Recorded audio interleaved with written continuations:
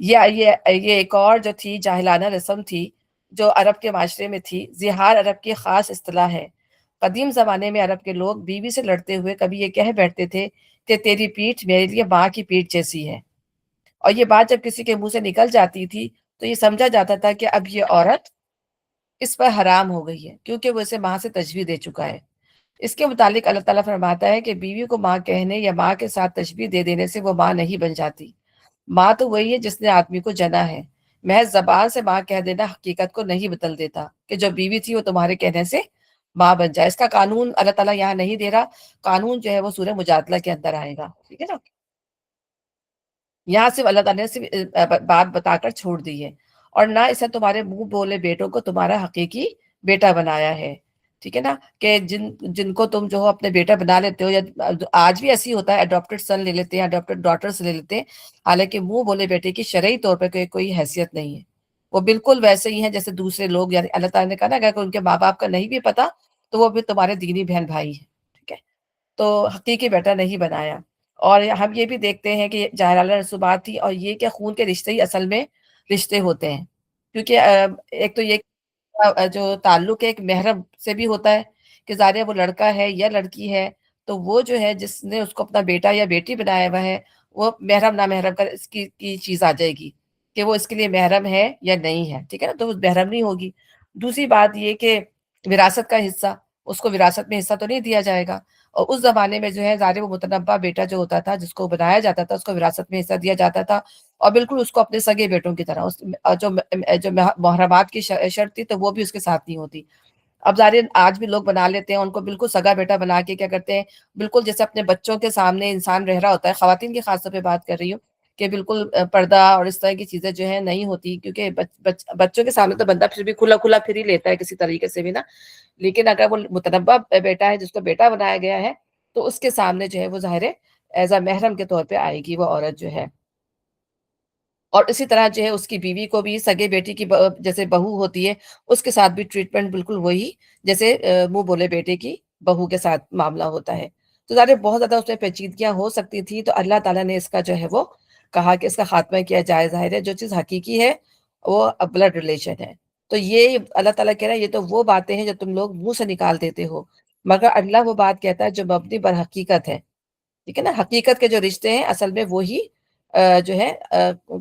انہی کے ساتھ ہی معاملات صحیح ہوں گے، اور وہی صحیح طریقے کی رہنمائی کرتا ہے۔ منہ بولے بیٹوں کو ان کے باپوں کی نسبت سے پکارو، یہ اللہ کے نزدیک زیادہ منصفانہ بات ہے، ٹھیک ہے نا۔ اور اگر تمہیں معلوم نہ ہو کہ ان کے باپ کون ہیں تو وہ تمہارے دینی بھائی اور رفیق ہیں۔ تو آج بھی دیکھیں ہم یہ کیوں پڑھ رہے ہیں، ہم اس لیے پڑھ رہے ہیں کہ ہم ان سے سیکھیں، اور پھر ہمیں پتہ چل گئی نا یہ چیز، اگر کوئی ایسی غلطی کر رہا ہو تو اس کی اس غلطی پر اس کو بتایا جائے کہ دیکھیں اگر آپ کسی کو بیٹا بنا رہے ہیں، کسی کو اڈاپٹ کر رہے ہیں تو معاملات جو ہیں وہ بالکل، بعض لوگوں کو نہیں خبر ہوتی، بعض لوگوں کو نہیں پتا ہوتا، وراثت بانٹ رہے ہوتے وراثت کا نہیں پتا ہوتا کیسے بٹے گی۔ تو اگر ہمیں کوئی چیز پتا ہو، ہمیں جو ہے لوگوں کو ایجوکیٹ کرنا ہے اس چیز کے بارے میں، بتانا ہے لوگوں کو اس چیز کے بارے میں کہ جو غلط کر رہے ہوں لوگ۔ اور اگر تمہیں معلوم نہ ہو کہ اب ان کے باپ کون ہیں تو وہ تمہارے دینی بھائی اور رفیق ہیں، یعنی اس صورت میں یہ بھی درست نہ ہوگا کہ کسی شخص سے خواہ مخواہ اس کا نسب ملا دیا جائے کہ پتہ نہیں ہے اور آپ نے خواہ خواہ اس کا نسب ملا دیا۔ نادانستہ جو بات تم کہو اس کے لیے تم پر کوئی گرفت نہیں، لیکن اس بات پہ ضرور گرفت ہے جس کا تم دل سے ارادہ کرو۔ یعنی انسان جو ہے پیار میں محبت میں آ کے کہہ دیتا ہے، پیار سے بیٹا کہہ دیا کسی کو، یعنی تم تو میرے بیٹے کی طرح ہو، یا تم میرے بیٹے ہو، ٹھیک ہے نا، اس طرح کہہ دیتا ہے اس میں، لیکن دل سے جو اگر انسان بات ساری دل کی ہے، نیت کی ہے، تو اگر دل پہ نہیں ہے، دل سے نہیں کہا ہے، پھر تو کوئی گرفت نہیں ہے، اور ویسے کہہ دیا تو کوئی بات نہیں ہے، کیونکہ اللہ تعالیٰ کہہ رہا ہے کہ اللہ درگزر کرنے والا اور رحیم ہے۔ یعنی اس کا مطلب یہ ہے کہ پہلے سلسلے میں جو غلطیاں کی گئی ہیں ان کو اللہ نے معاف کیا،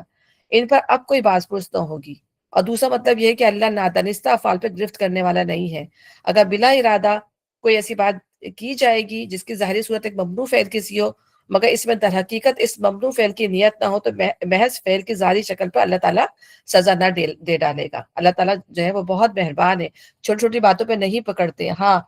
جب دل کسی چیز کے اوپر جم جائے تو اس کے اوپر ضرور پوچھ ہوگی۔ اب بتایا جا رہا ہے کہ بلا شبہ نبی تو اہل ایمان کے لیے ان کی اپنی ذات پر مقدم ہے، یعنی کسی کو بیٹا بنانا، کسی کو بیٹی بنانا تو دور کی بات ہے، نبی صلی اللہ علیہ وسلم تو اس سے بڑھ کر ہیں، ٹھیک ہے نا، سب کے لیے سیم ہے، کہ بجائے اس کے کہ کوئی ان کا ایک بیٹا بن جائے یا ان کی ایک بیٹی بن جائے، ان سے کہیں بڑھ کے تمام جو امت ہے ان کے لیے وہ ایک صحیح ان کے لیے رویہ ہے، وہ سب سب کے لیے جو ہے وہ ایک روحانی باپ کی سی حیثیت رکھتے ہیں، یعنی نبی صلی اللہ علیہ وسلم کا مسلمانوں سے اور مسلمانوں کا نبی صلی اللہ علیہ وسلم سے جو تعلق ہے وہ تو تمام دوسرے انسانی تعلقات سے ایک بالا تر نوعیت رکھتا ہے، کوئی رشتہ اس رشتے سے، کوئی تعلق اس تعلق سے نبی اور اہل ایمان کے درمیان ہے ذرہ برابر بھی کوئی نسبت نہیں رکھتا۔ نبی صلی اللہ علیہ وسلم مسلمانوں کے لیے ان کے ماں باپ سے بھی بڑھ کر شفیق اور رحیم اور ان کی اپنی ذات سے بھی بڑھ کر خیر خواہ ہے۔ ان کے ماں باپ، ان کے بیوی بچے ان کو نقصان پہنچا سکتے ہیں، ٹھیک ہے نا، ہمارے بچے ہیں، ہمارے زوج ہیں یا ہمارے رشتے دار ہمیں نقصان پہنچا سکتے ہیں، لیکن ہم کبھی نبی صلی اللہ علیہ وسلم کی ذات سے سوچ بھی نہیں سکتے کہ وہ جو ہے اپنی قوم کے کسی بھی فرد کے ساتھ جو ہے ناانصافی کرے گا یا ان کا نقصان چاہے گا۔ ان کے ساتھ خود غرضی برت سکتے ہیں پیرنٹس، ان کو گمراہ کر سکتے ہیں، ان سے غلطیوں کا ارتکاب کرا سکتے ہیں، ان کو جہنم میں دھکیل سکتے ہیں، مگر نبی صلی اللہ علیہ وسلم ان کے حق میں صرف وہی بات کرنے والے ہیں جس میں ان کی حقیقی فلاح ہو۔ وہ خود اپنے آپ پر کلہاڑی مار لیں گے، وہ لوگ حماقتیں کر کے اپنے ہاتھوں اپنا نقصان کر سکتے ہیں، لیکن نبی صلی اللہ علیہ وسلم ان کے لیے وہی کچھ تجویز کریں گے جو فی الواقع ان کے حق میں نافع ہو۔ اور جب معاملہ یہ ہے تو نبی صلی اللہ علیہ وسلم کا بھی مسلمانوں پر یہ حق ہے کہ وہ آپ کو اپنے ماں باپ اور اولاد اپنی جان سے بڑھ کر عزیز رکھیں، اور حدیث میں ہے کہ تم میں سے کوئی شخص مومن نہیں ہو سکتا جب تک کہ میں اس کو اس کے باپ اور اولاد سے اور تمام انسانوں سے بڑھ کر محبوب نہ ہو جاؤں، ٹھیک ہے، تو ان کی اپنی ذات میں مقدم ہے، اور ہم دیکھتے ہیں کہ ابو بکر جو ہیں نبی صلی اللہ علیہ وسلم کو کتنی زیادہ محبت سے، میرے ماں باپ آپ پر قربان ہوں، جب بھی آپ سے ملتے تھے وہ اسی طرح آپ سے بات کرتے تھے، ان کی محبت کا تقاضا آپ دیکھیں، ٹھیک ہے نا۔ اور پھر جو ہے ایک دفعہ جو ہے جیسے نبی صلی اللہ علیہ وسلم کے بارے میں حضرت ابو بکر کے والد نے ایمان قبول کیا تو انہوں نے آپ کے ہاتھ میں لے کے بیعت کی، تو حضرت ابو بکر کے آنکھوں میں آنسو آ گئے، تو نبی صلی اللہ علیہ وسلم نے پوچھا کہ بھئی تمہارا باپ نے تو اسلام قبول کر لیا، تم کیوں رو رہے ہو؟ تو انہوں نے کہا کاش ابو طالب اس طرح آپ کے ہاتھ میں ہاتھ ڈال کے ایمان لے آتے، یعنی نبی صلی اللہ علیہ وسلم جو تھے ابو طالب سے اتنی زیادہ محبت کرتے تھے، اور آخر دم تک ان سے، ابھی آپ کل پرسوں ہی پڑھ کے گئے نا، آپ ان کے حق میں مغفرت کی درخواست نہ کریں، آپ جس کو چاہیں ہدایت نہیں دے سکتے، ابھی کل ہی پڑھا ہے شاید، تو کتنا زیادہ آپ چاہتے تھے آخر دم تک، لیکن ابو طالب نے، اپنے قریش کے لوگ بھی وہاں کھڑے ہوئے تھے، ان کی باتوں میں آ کر جو ہے کہہ دیا کہ میں اپنے ابا اجداد کے دین پر ہی مروں گا، انہیں صاف طور پہ کہہ دیا، تو اسی کے اوپر کہ نبی صلی اللہ علیہ وسلم کہ میں اپنے باپ کو دیکھ کے جس طرح خوش ہو رہا ہوں، نبی صلی اللہ علیہ وسلم ابو طالب کو دیکھتے ہیں، جتنی اتنی زیادہ مدد کی تھی نبی صلی اللہ علیہ وسلم کی، وہ کتنا زیادہ خوش ہوتے، اتنی محبت تھی ابو بکر کی کہ اس وقت بھی اپنا باپ ایمان لا رہا ہے وہ نہیں دیکھ رہے، بلکہ وہ یہ دیکھ رہے ہیں کہ نبی صلی اللہ علیہ وسلم کی سچا کا ایمان لے آتے تو کتنا نبی صلی اللہ علیہ وسلم خوش ہوتے، اتنی محبت تھی نبی صلی اللہ علیہ وسلم سے ان کو۔ اور نبی کی بیویاں ان کی مائیں ہیں، مگر کتاب اللہ کی روح سے عام مومنین اور مہاجرین کی بنسبت رشتہ دار ایک دوسرے کے زیادہ حقدار ہیں، ٹھیک ہے، اور نبی کی بیویاں پوری امت کی جو ہے مائیں ہیں، یعنی ان سے نکاح نہیں ہو سکتا، اور کتاب اللہ کی روح سے یعنی اللہ کی کتاب میں جو ہے عام مومنین اور مہاجرین کی بنسبت رشتہ دار یعنی بلڈ ریلیشن جو ایک دوسرے کے زیادہ حقدار ہیں۔ اللہ تعالیٰ نے شروع میں تو جب مہاجرین جو ہے ہجرت کر کر آئے تھے، اس وقت اللہ تعالیٰ نے انصار کو کہا تھا کہ اپنی چیزیں آدھی آدھی جو ہے وہ مہاجرین کو دے دو، اس وقت کہہ دیا گیا تھا، لیکن جب حالات صحیح ہو گئے تو اللہ تعالیٰ نے کہہ دیا کہ نہیں، اب جو ہے معاملہ جو ہے اصل میں معاملہ جو ہے رشتہ داروں کے ساتھ ہی ہوگا، بلڈ ریلیشن کے ساتھ ہی ہوگا، البتہ اپنے رفیقوں کے ساتھ تم کوئی بھلائی کرنا چاہو تو تم کر سکتے ہو، جیسے وراثت میں تو بلڈ ریلیشن سے ہی کو ہی ملے گی، لیکن اگر وراثت میں سے وہ کوئی وصیت کرنا چاہتا ہے یا کچھ دینا چاہتا ہے، جو حصہ اس کو دیا گیا ہے وصیت کرنے کا، اس میں سے اپنے دوستوں یاروں کو دے سکتا ہے، کیونکہ بعض دفعہ لوگوں نے اپنے دوستوں سے وعدہ کیا ہوا ہوتا ہے کہ میں تمہاری مدد کروں گا، یہ کروں گا، تو اللہ تعالیٰ نے اس کے لیے منع نہیں کیا کہ وہ اپنے وصیت کے اندر سے جو اس کا 1/3 حصہ ہے اس میں سے وہ کر سکتا ہے، یہ حکم کتاب الہی میں لکھا ہوا ہے۔ اور اے نبی صلی اللہ علیہ وسلم، یاد رکھو اس عہد پیمان کو جو ہم نے سب پیغمبروں سے لیا ہے، تم سے بھی اور نوح اور ابراہیم اور موسیٰ اور عیسیٰ ابن مریم سے بھی، سب سے ہم پختہ عہد لے چکے ہیں۔ اس آیت میں اللہ تعالیٰ نبی صلی اللہ علیہ وسلم کو یہ بات یاد دلاتا ہے کہ تمام انبیاء علیہ السلام کی طرح آپ سے بھی ایک اللہ تعالیٰ ایک پختہ عہد دے چکا ہے، جس کی آپ کو سختی کے ساتھ پابندی کرنی ہے، یعنی تمام پیغمبروں کو سے کیا عہد لیا گیا ہے کہ جو بھی میری طرف سے آئے گی ہدایت، تمہیں اسے آگے تک پہنچانا ہوگا، انہیں لوگوں تک پہنچانا ہوگا، اس سے کچھ بھی نہیں چھپانا ہوگا، تو ان سب پیغمبروں نے جو اس بات کا اقرار کیا تھا، ان میں سے 5 پیغمبروں کا اللہ تعالیٰ پہلے بھی ذکر یا آگے ذکر آئے گا شاید سورہ شورہ کے اندر ہے میرے خیال ہے، کہ اللہ تعالیٰ نے مقرر کر دیا تمہارے لیے وہ دین جس کی ہدایت کی تھی اس نے نوح کو، اور جس کی وحی کی گئی اے محمد تمہاری طرف، اور جس کی ہدایت کی گئی ابراہیم اور موسیٰ اور عیسیٰ کو، اس تاکید کے ساتھ کہ تم لوگ قائم کرو اس دین کو، اس پہ تفرقہ نہ کرو۔ اور انہی کو جو ہے اسکالرز کہتے ہیں کہ یہ اولو العزم پیغمبر ہیں، ٹھیک ہے نا؟ تو یہ وہ پیغمبر ہیں جن کو ان کی شریعتیں دی گئی تھی۔ اب یہ دیکھتے ہیں کہ نوح علیہ السلام جو 950 سال تک جو ہے پورے عزم کے ساتھ، اور یہ جو تھے پیشنس، یعنی ان کو کہا جاتا ہے کہ یہ پرزیویرنس جو ہوتا ہے نا، جب اپنی اس میں مستقل مزاجی کے ساتھ لگے رہے، اور انہوں نے جو پیشنس دکھایا اللہ کی راہ کے اندر، سب سے زیادہ ان 5 کی جو ہے کی مثال ملتی ہے۔ اور پھر یہ کہ ان کو جو ہے ڈیوائن میسج دیا گیا، یا ان کو جو ہے آپ یہ کہیں کہ کتابیں دی گئیں۔ تو یہ نوح علیہ السلام کے بارے میں کسی کتاب کا پتہ نہیں چلتا، لیکن ان کی کہا جاتا ہے کہ ان کی بھی ایک شریعت تھی۔ پھر اسی طرح ابراہیم علیہ السلام کو صحف دیے گئے، ٹھیک ہے نا؟ پھر موسیٰ علیہ السلام کو، پھر عیسیٰ علیہ السلام کو، محمد صلی اللہ علیہ وسلم کو۔ تو اس لیے خاص طور پہ جو ہے ان کا ذکر اللہ تعالیٰ دیتے ہیں، تاکہ سچے لوگوں سے ان کا رب ان کی سچائی کے بارے میں سوال کرے۔ ٹھیک ہے، سچائی کیا مطلب؟ یعنی اللہ تعالیٰ محض عہد لے کر نہیں رہ گیا، بلکہ اس عہد کے بارے میں وہ سوال کرنے والا ہے کہ اس کی کہاں تک پابندی کی گئی۔ اللہ تعالیٰ گواہ کریں گے، اللہ تعالیٰ جو ہے پوری قوموں کے اوپر ان کے رسولوں کو لائیں گے، ان تمام رسولوں پر جو ہے نبی صلی اللہ علیہ وسلم کو لایا جائے گا، ان تمام امتوں پہ ہماری امت کو جو ہے وہ لے کر آیا جائے گا، وہ گواہی دیں گی۔ اور کس بیس پہ گواہی دیں گی؟ کہ ہم نے جو قرآن پڑھا ہے، اللہ تعالیٰ نے جو حالات بیان کیے اس کی بیس پہ، کیونکہ ساری نالج ہے تمام کتابوں کی اللہ تعالیٰ نے اس کے اندر دے دی ہے، تو اس کی بیس پہ جو ہے ہم گواہی دیں گے۔ اور ان کے تاکہ سچے لوگوں سے ان کا رب ان کی سچائی کے بارے میں سوال کرے، اور کافروں کے لیے تو اس نے دردناک عذاب مہیا ہی کر رکھا ہے۔ اے لوگوں جو ایمان لائے ہو، یاد کرو اللہ کے احسان کو جو ابھی ابھی اس نے تم پر کیا ہے۔ جب کہ لشکر تم پر چڑھ آئے تو ہم نے ان پر ایک سخت آندھی بھیج دی، اور ایسی فوجیں روانہ کی جو تم کو نظر نہ آتی تھی۔ اللہ وہ سب کچھ دیکھ رہا تھا جو تم لوگ اس وقت کر رہے تھے، جب وہ اوپر سے اور نیچے سے تم پر چڑھ آئے، جب خوف کے مارے آنکھیں پتھرا گئیں، کلیجے منہ کو آ گئے، اور تم لوگ اللہ کے بارے میں طرح طرح کے گمان کرنے لگے۔ اس وقت ایمان لانے والے خوب آزمائے گئے اور بری طرح ہلا مارے گئے، یعنی ان کو اللہ تعالیٰ نے جھنجھوڑ کر رکھ دیا، اتنی شدید جو تھی وہ آزمائش تھی۔ تو وہ کیا مطلب آزمائش تھی؟ وہ کون سی جنگ تھی؟ یہ جنگ جو تھی، کیونکہ سورہ احزاب ہے تو اسی کے زیادہ اس پہ تذکرہ ہے، تو یہ وہ جنگ خندق، یعنی اس کو جنگ احزاب بھی کہا جاتا ہے۔ احزاب کا مطلب ہوتا ہے گروہ، گروہ کے مطلب ہوتا ہے، یعنی بہت سارے گروہوں نے مل کر جو ہے جتھا بندی کی تھی مسلمانوں کے خلاف۔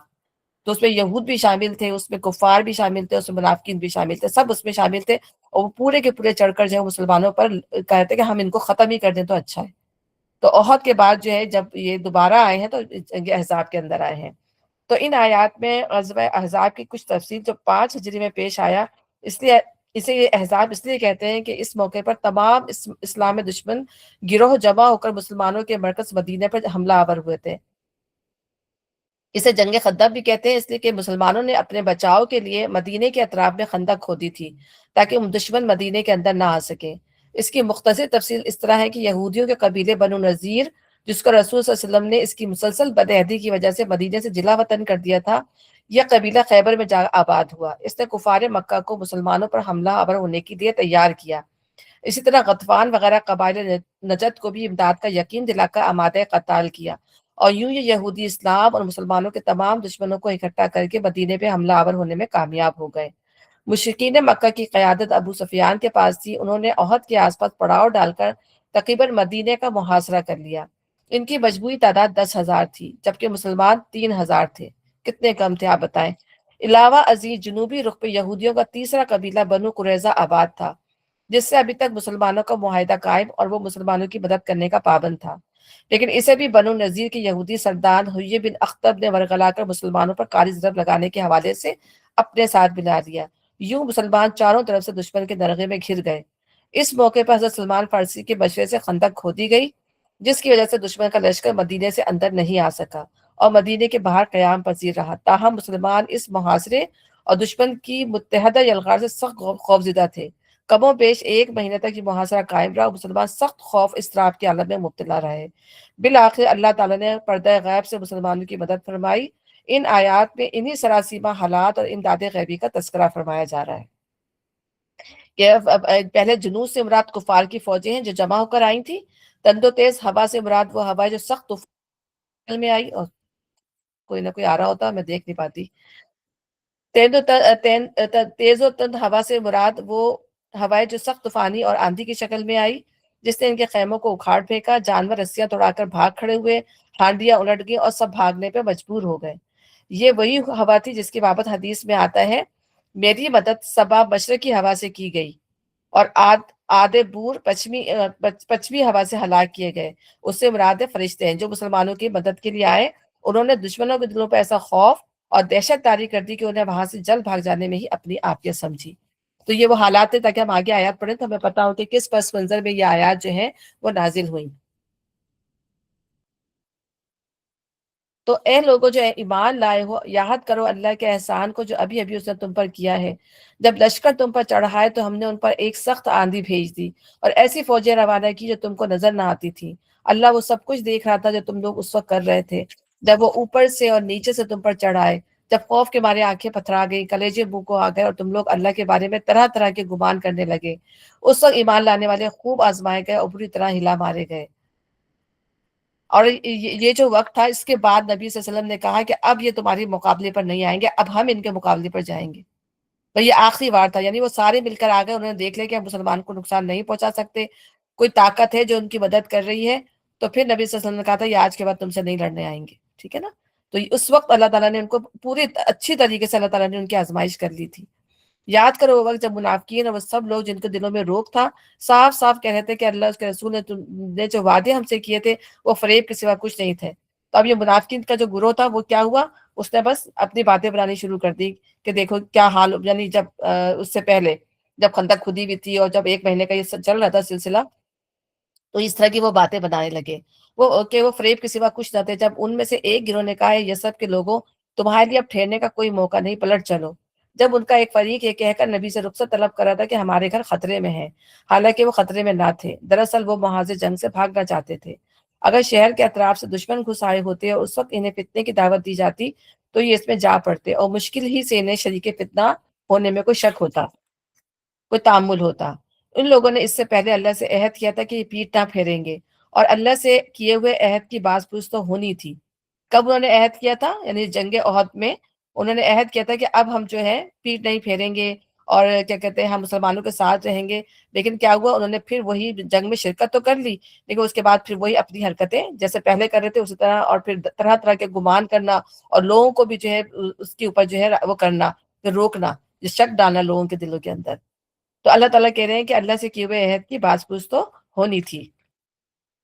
یعنی اللہ تعالیٰ پھر وہ ان کے سامنے یہ چیز لے آیا۔ اے نبی ان سے کہو اگر تم موت یا قتل سے بھاگو گے تو یہ بھاگنا تمہارے لیے کچھ بھی نفع بخش نہ ہوگا، اس کے بعد زندگی کے مزے لوٹنے کا تھوڑا ہی موقع تمہیں مل سکے گا۔ ان سے کہو کون ہے تمہیں اللہ سے بچا سکتا ہو اگر وہ تمہیں نقصان پہنچانا چاہے، اور کون اس کی رحمت کو روک سکتا ہے اگر وہ تم پر مہربانی کرنا چاہے۔ بے شک اللہ کے مقابلے میں تو یہ لوگ کوئی حامی مددگار نہیں پا سکتے۔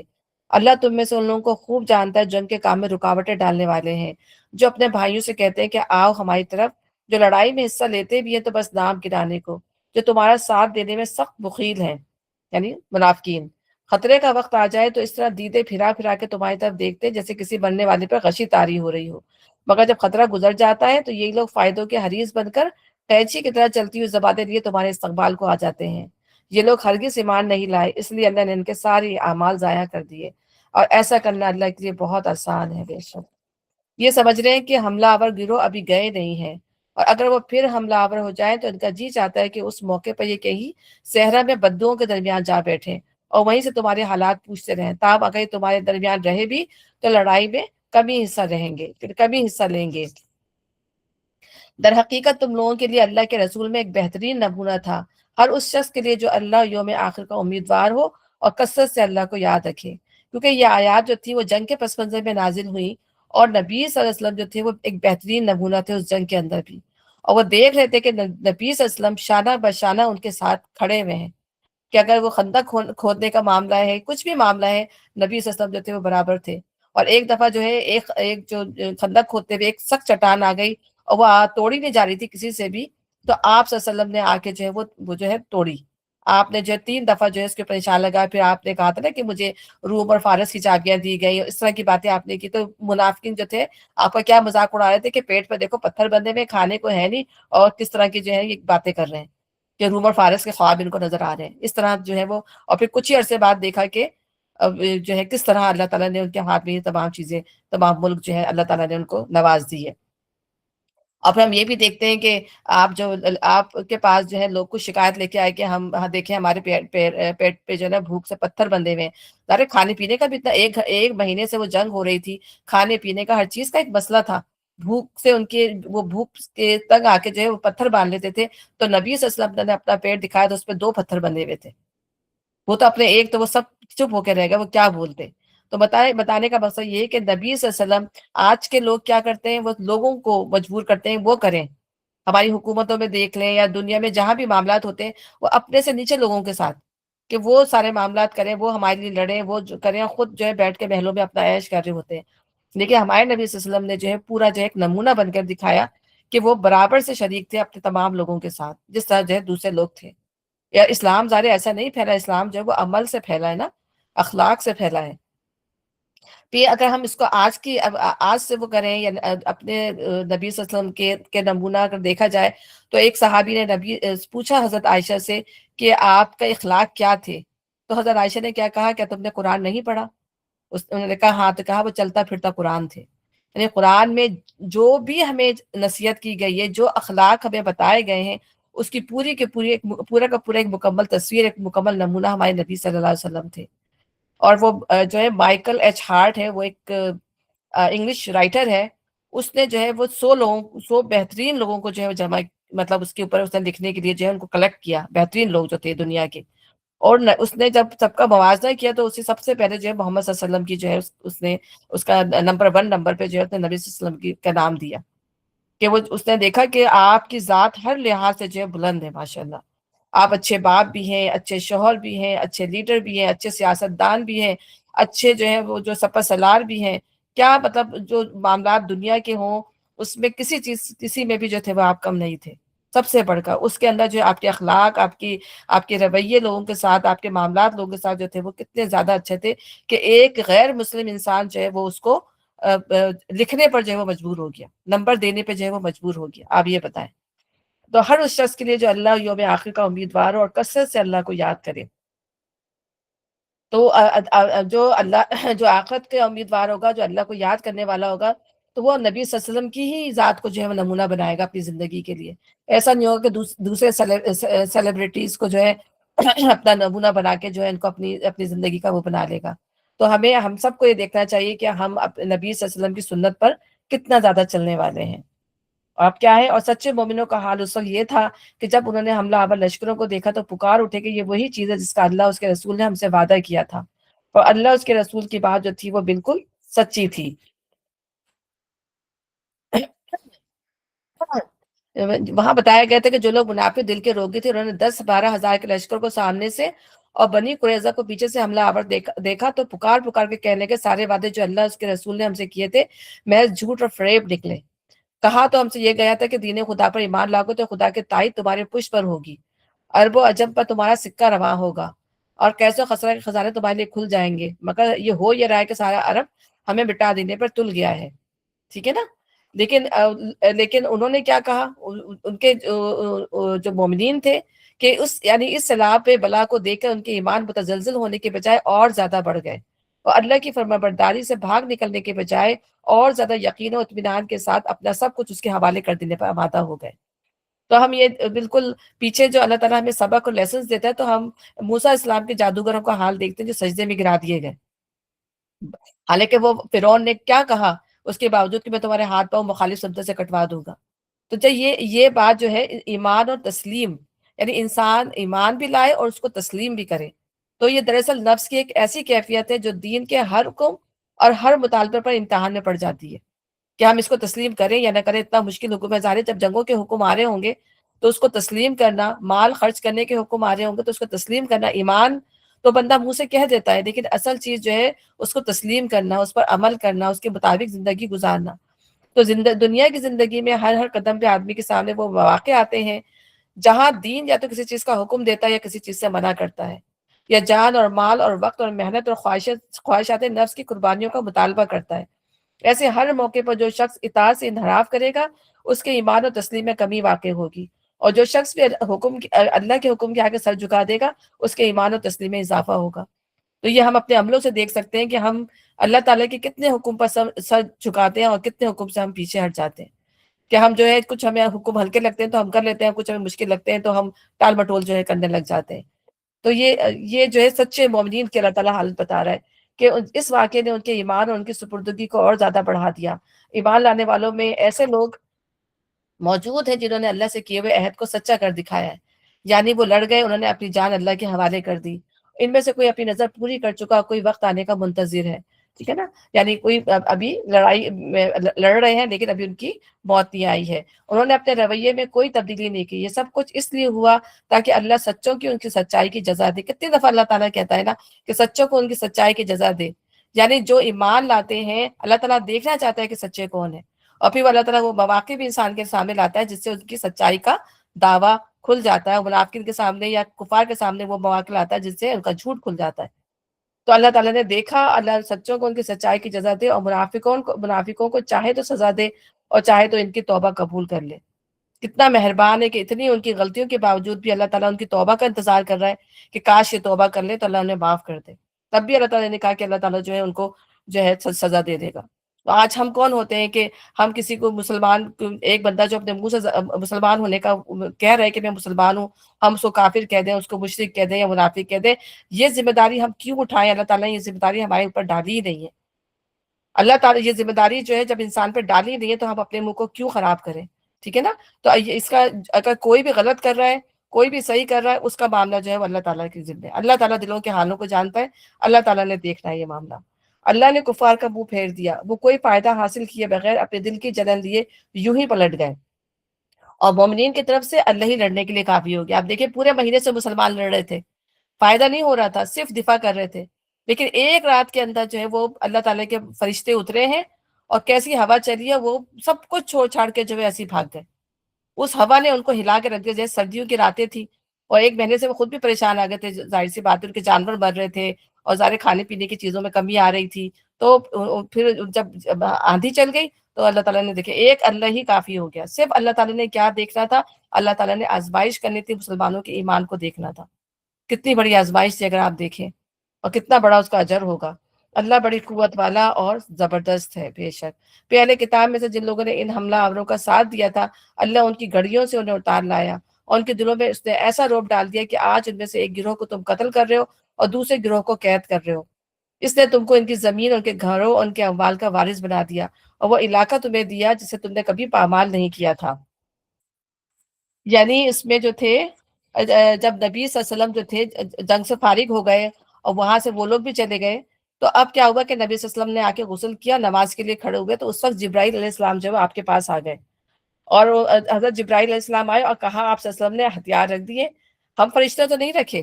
فرشتوں نے کہا کہ ہم فرشتے نے تو ہتھیار نہیں رکھے، آپ نے کیوں ہتھیار رکھ دیے؟ چلیے اب بنو قریظہ کے ساتھ نمٹنا ہے۔ کیوں بنی قریظہ کے ساتھ نمٹنا تھا؟ کیونکہ وہ اتحادی تھی نبی صلی اللہ علیہ وسلم کی، لیکن کفار کے ساتھ، کفار کی باتوں میں آ کے انہوں نے جو ہے کفار کا ساتھ دینا شروع کر دیا، اور جب کوئی عہد توڑتا ہے تو پھر اللہ تعالیٰ نے کہا ہے کہ جب کوئی عہد توڑے تو تم بھی ان کا عہد ان کے منہ پہ پھینک مارو۔ تو اسی لیے اللہ تعالیٰ نے کہا کہ اب ان کے جو بغاوت کی سزا جو ہے ان کو دی جائے گی۔ تو اب بنو قریظہ کے ساتھ نمٹنا ہے، مجھے اللہ نے اس لیے آپ کے پاس بھیجا ہے۔ چاچا آپ نے مسلمانوں میں اعلان فرما دیا، بلکہ ان کو تاکید کر دی کہ عصر کی نماز وہاں جا کر پڑھنی ہے۔ ان کی آبادی مدینے سے چند میل کے فاصلے پر تھی۔ یہ اپنے قلعوں میں بند ہو گئے، باہر سے مسلمانوں نے ان کا محاصرہ کر لیا، جو کم و بیش 25 روز تک جاری رہا۔ دیکھیں کتنی مسلمانوں کی بھی ہمت تھی کہ ایک مہینے وہاں پہ لڑائی کرتے رہے اور پھر یہاں 25 دن تک جو ان کا محاصرہ کرتے رہے۔ بالآخر انہوں نے سعد بن معاذ کو اپنا حکم ثالث تسلیم کر لیا کہ وہ جو فیصلہ ہماری بابت دیں گے ہمیں منظور ہوگا۔ چنانچہ انہوں نے یہ فیصلہ دیا کہ ان میں لڑنے والے لوگوں کو قتل اور بچوں عورتوں کو قیدی بنا لیا جائے اور ان کا مال مسلمانوں میں تقسیم کر دیا جائے۔ نبی صلی اللہ علیہ وسلم نے یہ فیصلہ سن کر فرمایا کہ یہی فیصلہ آسمانوں کے اوپر اللہ تعالیٰ کا بھی ہے۔ اس کے مطابق ان کے جنگجو افراطی گردنیں اڑا دی گئیں اور مدینے کو ان کے ناپاک وجود سے پاک کر دیا گیا۔ یعنی کیا ہوا کہ مسلمانوں کے ہاتھوں سے ان کو تباہ کر دیا گیا، اللہ چاہتا تو اللہ کا عذاب آسمان سے بھی آ سکتا تھا اور سب کو ختم کر سکتا تھا، لیکن اللہ تعالیٰ نے مسلمانوں کے ہاتھوں ان کو شکست دی، ٹھیک ہے نا؟ یہ معاملہ ہوا ان کا. تو اللہ تعالیٰ کہے کہ اس نے تم کو ان کی زمین، ان کے گھروں، ان کے اموال کا وارث بنا دیا، اور وہ علاقہ تمہیں دیا جسے تم نے کبھی پامال نہ کیا تھا. اللہ ہر چیز پر قادر ہے. ایسے ہی مل گئی سب چیزیں نا اللہ تعالیٰ نے. تو کتنا مہربان ہے رب العزت. اے نبی صلی اللہ علیہ وسلم، اپنی بیویوں سے کہو اگر تم دنیا اس کی زینت چاہتی ہو تو آؤ، میں تمہیں کچھ دے دلا کر بھلے طریقے سے رخصت کر دوں. اگر تم اللہ اس کے رسول اور دار آخرت کی طالب ہو تو جان لو کہ تم میں سے جو نیکوکار ہے اللہ نے ان کے لیے بڑا اجر مہیا کر رکھا ہے. ٹھیک ہے. یا اب جب بنو قریظہ اور جنگ احزاب کا سے جو معاملہ ہوا تو اس وقت کیا ہوا کہ اس میں جو ہے ظاہر حالات اتنے تنگ تھے کہ نبی صلی اللہ علیہ وسلم کی جو بیویاں تھی وہ آپ کے پاس بیٹھی ہوئی تھی. تو اس وقت جو تھے حضرت ابوبکر اور حضرت عمر جو ہے نبی صلی اللہ علیہ وسلم کی خدمت میں حاضر ہوئے اور دیکھا کہ آپ کے ازواج آپ کے گرد بیٹھی ہیں اور آپ خاموش ہیں.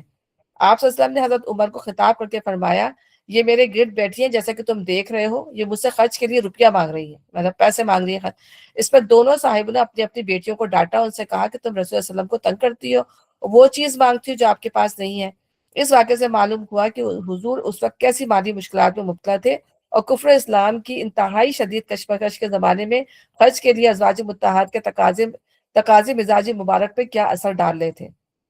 تو ان پس منظر میں یہ آیات جو ہے وہ نازل ہوئی.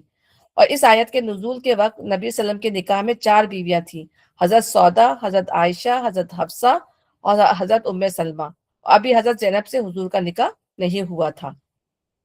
تو یہاں پر اللہ کہہ رہا ہے کہ نبی اپنی بیویوں سے کہو اگر تم دنیا اس کی زینت چاہتی ہو تو آؤ میں تمہیں کچھ دے دلا کر بھلے طریقے سے رخصت کروں. ٹھیک ہے. اس کو اصطلاح میں اس کو تخیر کہتے ہیں. تخیر کیا ہوتا ہے؟ یعنی بیوی کو اس امر کا اختیار دینا کہ وہ شوہر کے ساتھ رہنے یا اس سے جدا ہو جانے کے درمیان کسی ایک چیز کا خود فیصلہ کر لے.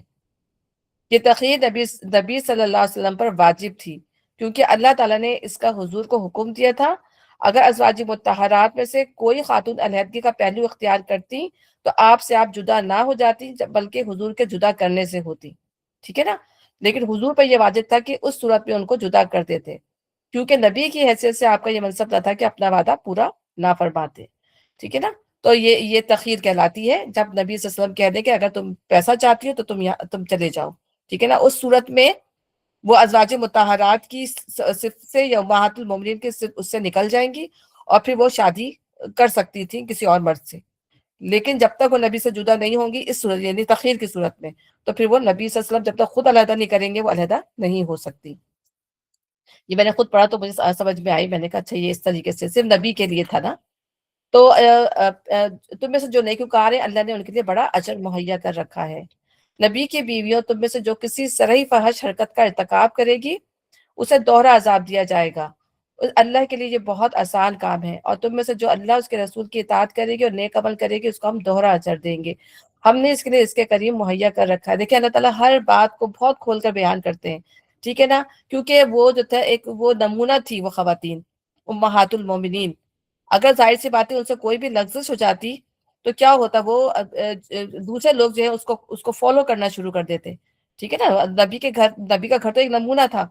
تو اسی لیے اللہ تعالیٰ نے کہا کہ تم سے کوئی ایسی غلطی ہونی نہیں چاہیے. تو ظاہر بڑے خیال بھی کرتی تھی وہ سب. تو اسی لیے اللہ تعالیٰ جو ہے اور پھر یہاں پہ اللہ تعالیٰ صریح فاحش یعنی کھلی کھلی جو ہے غلطی کھلی کھلی بے حیائی تو یہاں پر اللہ تعالیٰ اس کو منع فرما رہے ہیں. تو اللہ کی طرف سے دوہرا عذاب ہے. اور اسی طرح اگر وہ کوئی نیکی کریں گی اطاعت کریں گی نیک عمل کریں گی تو ان کو دوہرا اجر دیا جائے گا اور لوگوں کے مقابلے میں. اور ہم نے اس کے لیے رزق کریم جو ہے اب مہیا کر رکھا ہے. اب یہاں پر ظاہر سی بات ہے ہم پڑھ کے جا رہے ہیں کہ نبی صلی اللہ علیہ وسلم کا گھر جو تھا وہ کفار منافقین نے جو وہ اپنے ٹارگٹ پر رکھا ہوا تھا. تو اس لیے نبی صلی اللہ علیہ وسلم کی بیویوں کو خاص طور پر یہاں پہ حکم دیا جا رہا ہے کہ آپ کو کس طریقے سے اللہ تعالیٰ کہتے ہیں عام عورتوں کی طرح نہیں ہو. تو ان کو ایسے احکام دیے جا رہے ہیں کہ وہ جو ہے ان کا گھر ایک مکمل نمونہ نظر آئے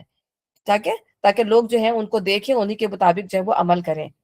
تو نبی کی بیویوں تم عام عورتوں کی طرح نہیں ہو. اگر تم اللہ سے ڈرنے والی ہو تو دبی زبان سے بات نہ کیا کرو کہ دل کی خرابی کا مبتلا کوئی شخص لالچ میں پڑ جائے بلکہ صاف سیدھی بات کرو.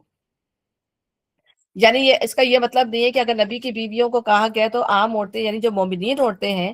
وہ بھی اسی طرز عمل کو اپلائیں گے. ہم پہ بھی اپلائی ہوتا ہے کہ ہم بھی جو ہے بات کریں تو ہماری بات میں کوئی ایسا لوچ نہ ہو، شیرینی گھلی ہوئی نہ ہو کہ دوسرا شخص جو ہے اس کو دیکھ کر کسی غلط اس میں جو ہے پڑ جائے. اور یہ خاص طور پہ نبی صلی اللہ علیہ وسلم کی بیویوں کو اللہ تعالیٰ یہاں مخاطب کر کے بتا رہے ہیں، ٹھیک ہے نا. اور پھر اس طرح اس میں جو ہے یعنی جیسے بات یعنی بات کرنے کا طریقہ یہ نہیں ہے کہ انسان جو کسی سے بات ہی نہیں کر سکے. جیسے ہم بھی کہہ رہے ہیں کہ اگر ہم کہیں جاتے ہیں، شاپنگ کرتے ہیں، جاب پہ کرتے ہیں، تو وہ وہاں بندہ جہاں پہ ضرورت پیش آتی ہے وہاں انسان بات کرتا ہے. اور اسی طریقے سے جو ہے حضرت عائشہ جو تھی، مرد جو تھے صحابہ کرام آپ سے جو ہے تعلیم لینے کے لیے آتے تھے اور آپ ان کو درس دیتی تھی، پردے کے پیچھے سے دیتی تھی. لیکن اس طرح کی بات، لیکن وہ جو ہے دل بات کے اندر ایسی بناوٹ نہیں ہونی چاہیے، ایسا تصنع نہیں ہونا چاہیے کہ کوئی شخص جو ہے غلط اس کے اندر جو ہے وہ غلط جو ہے وہ سمجھ لے، غلط بات سمجھ لے.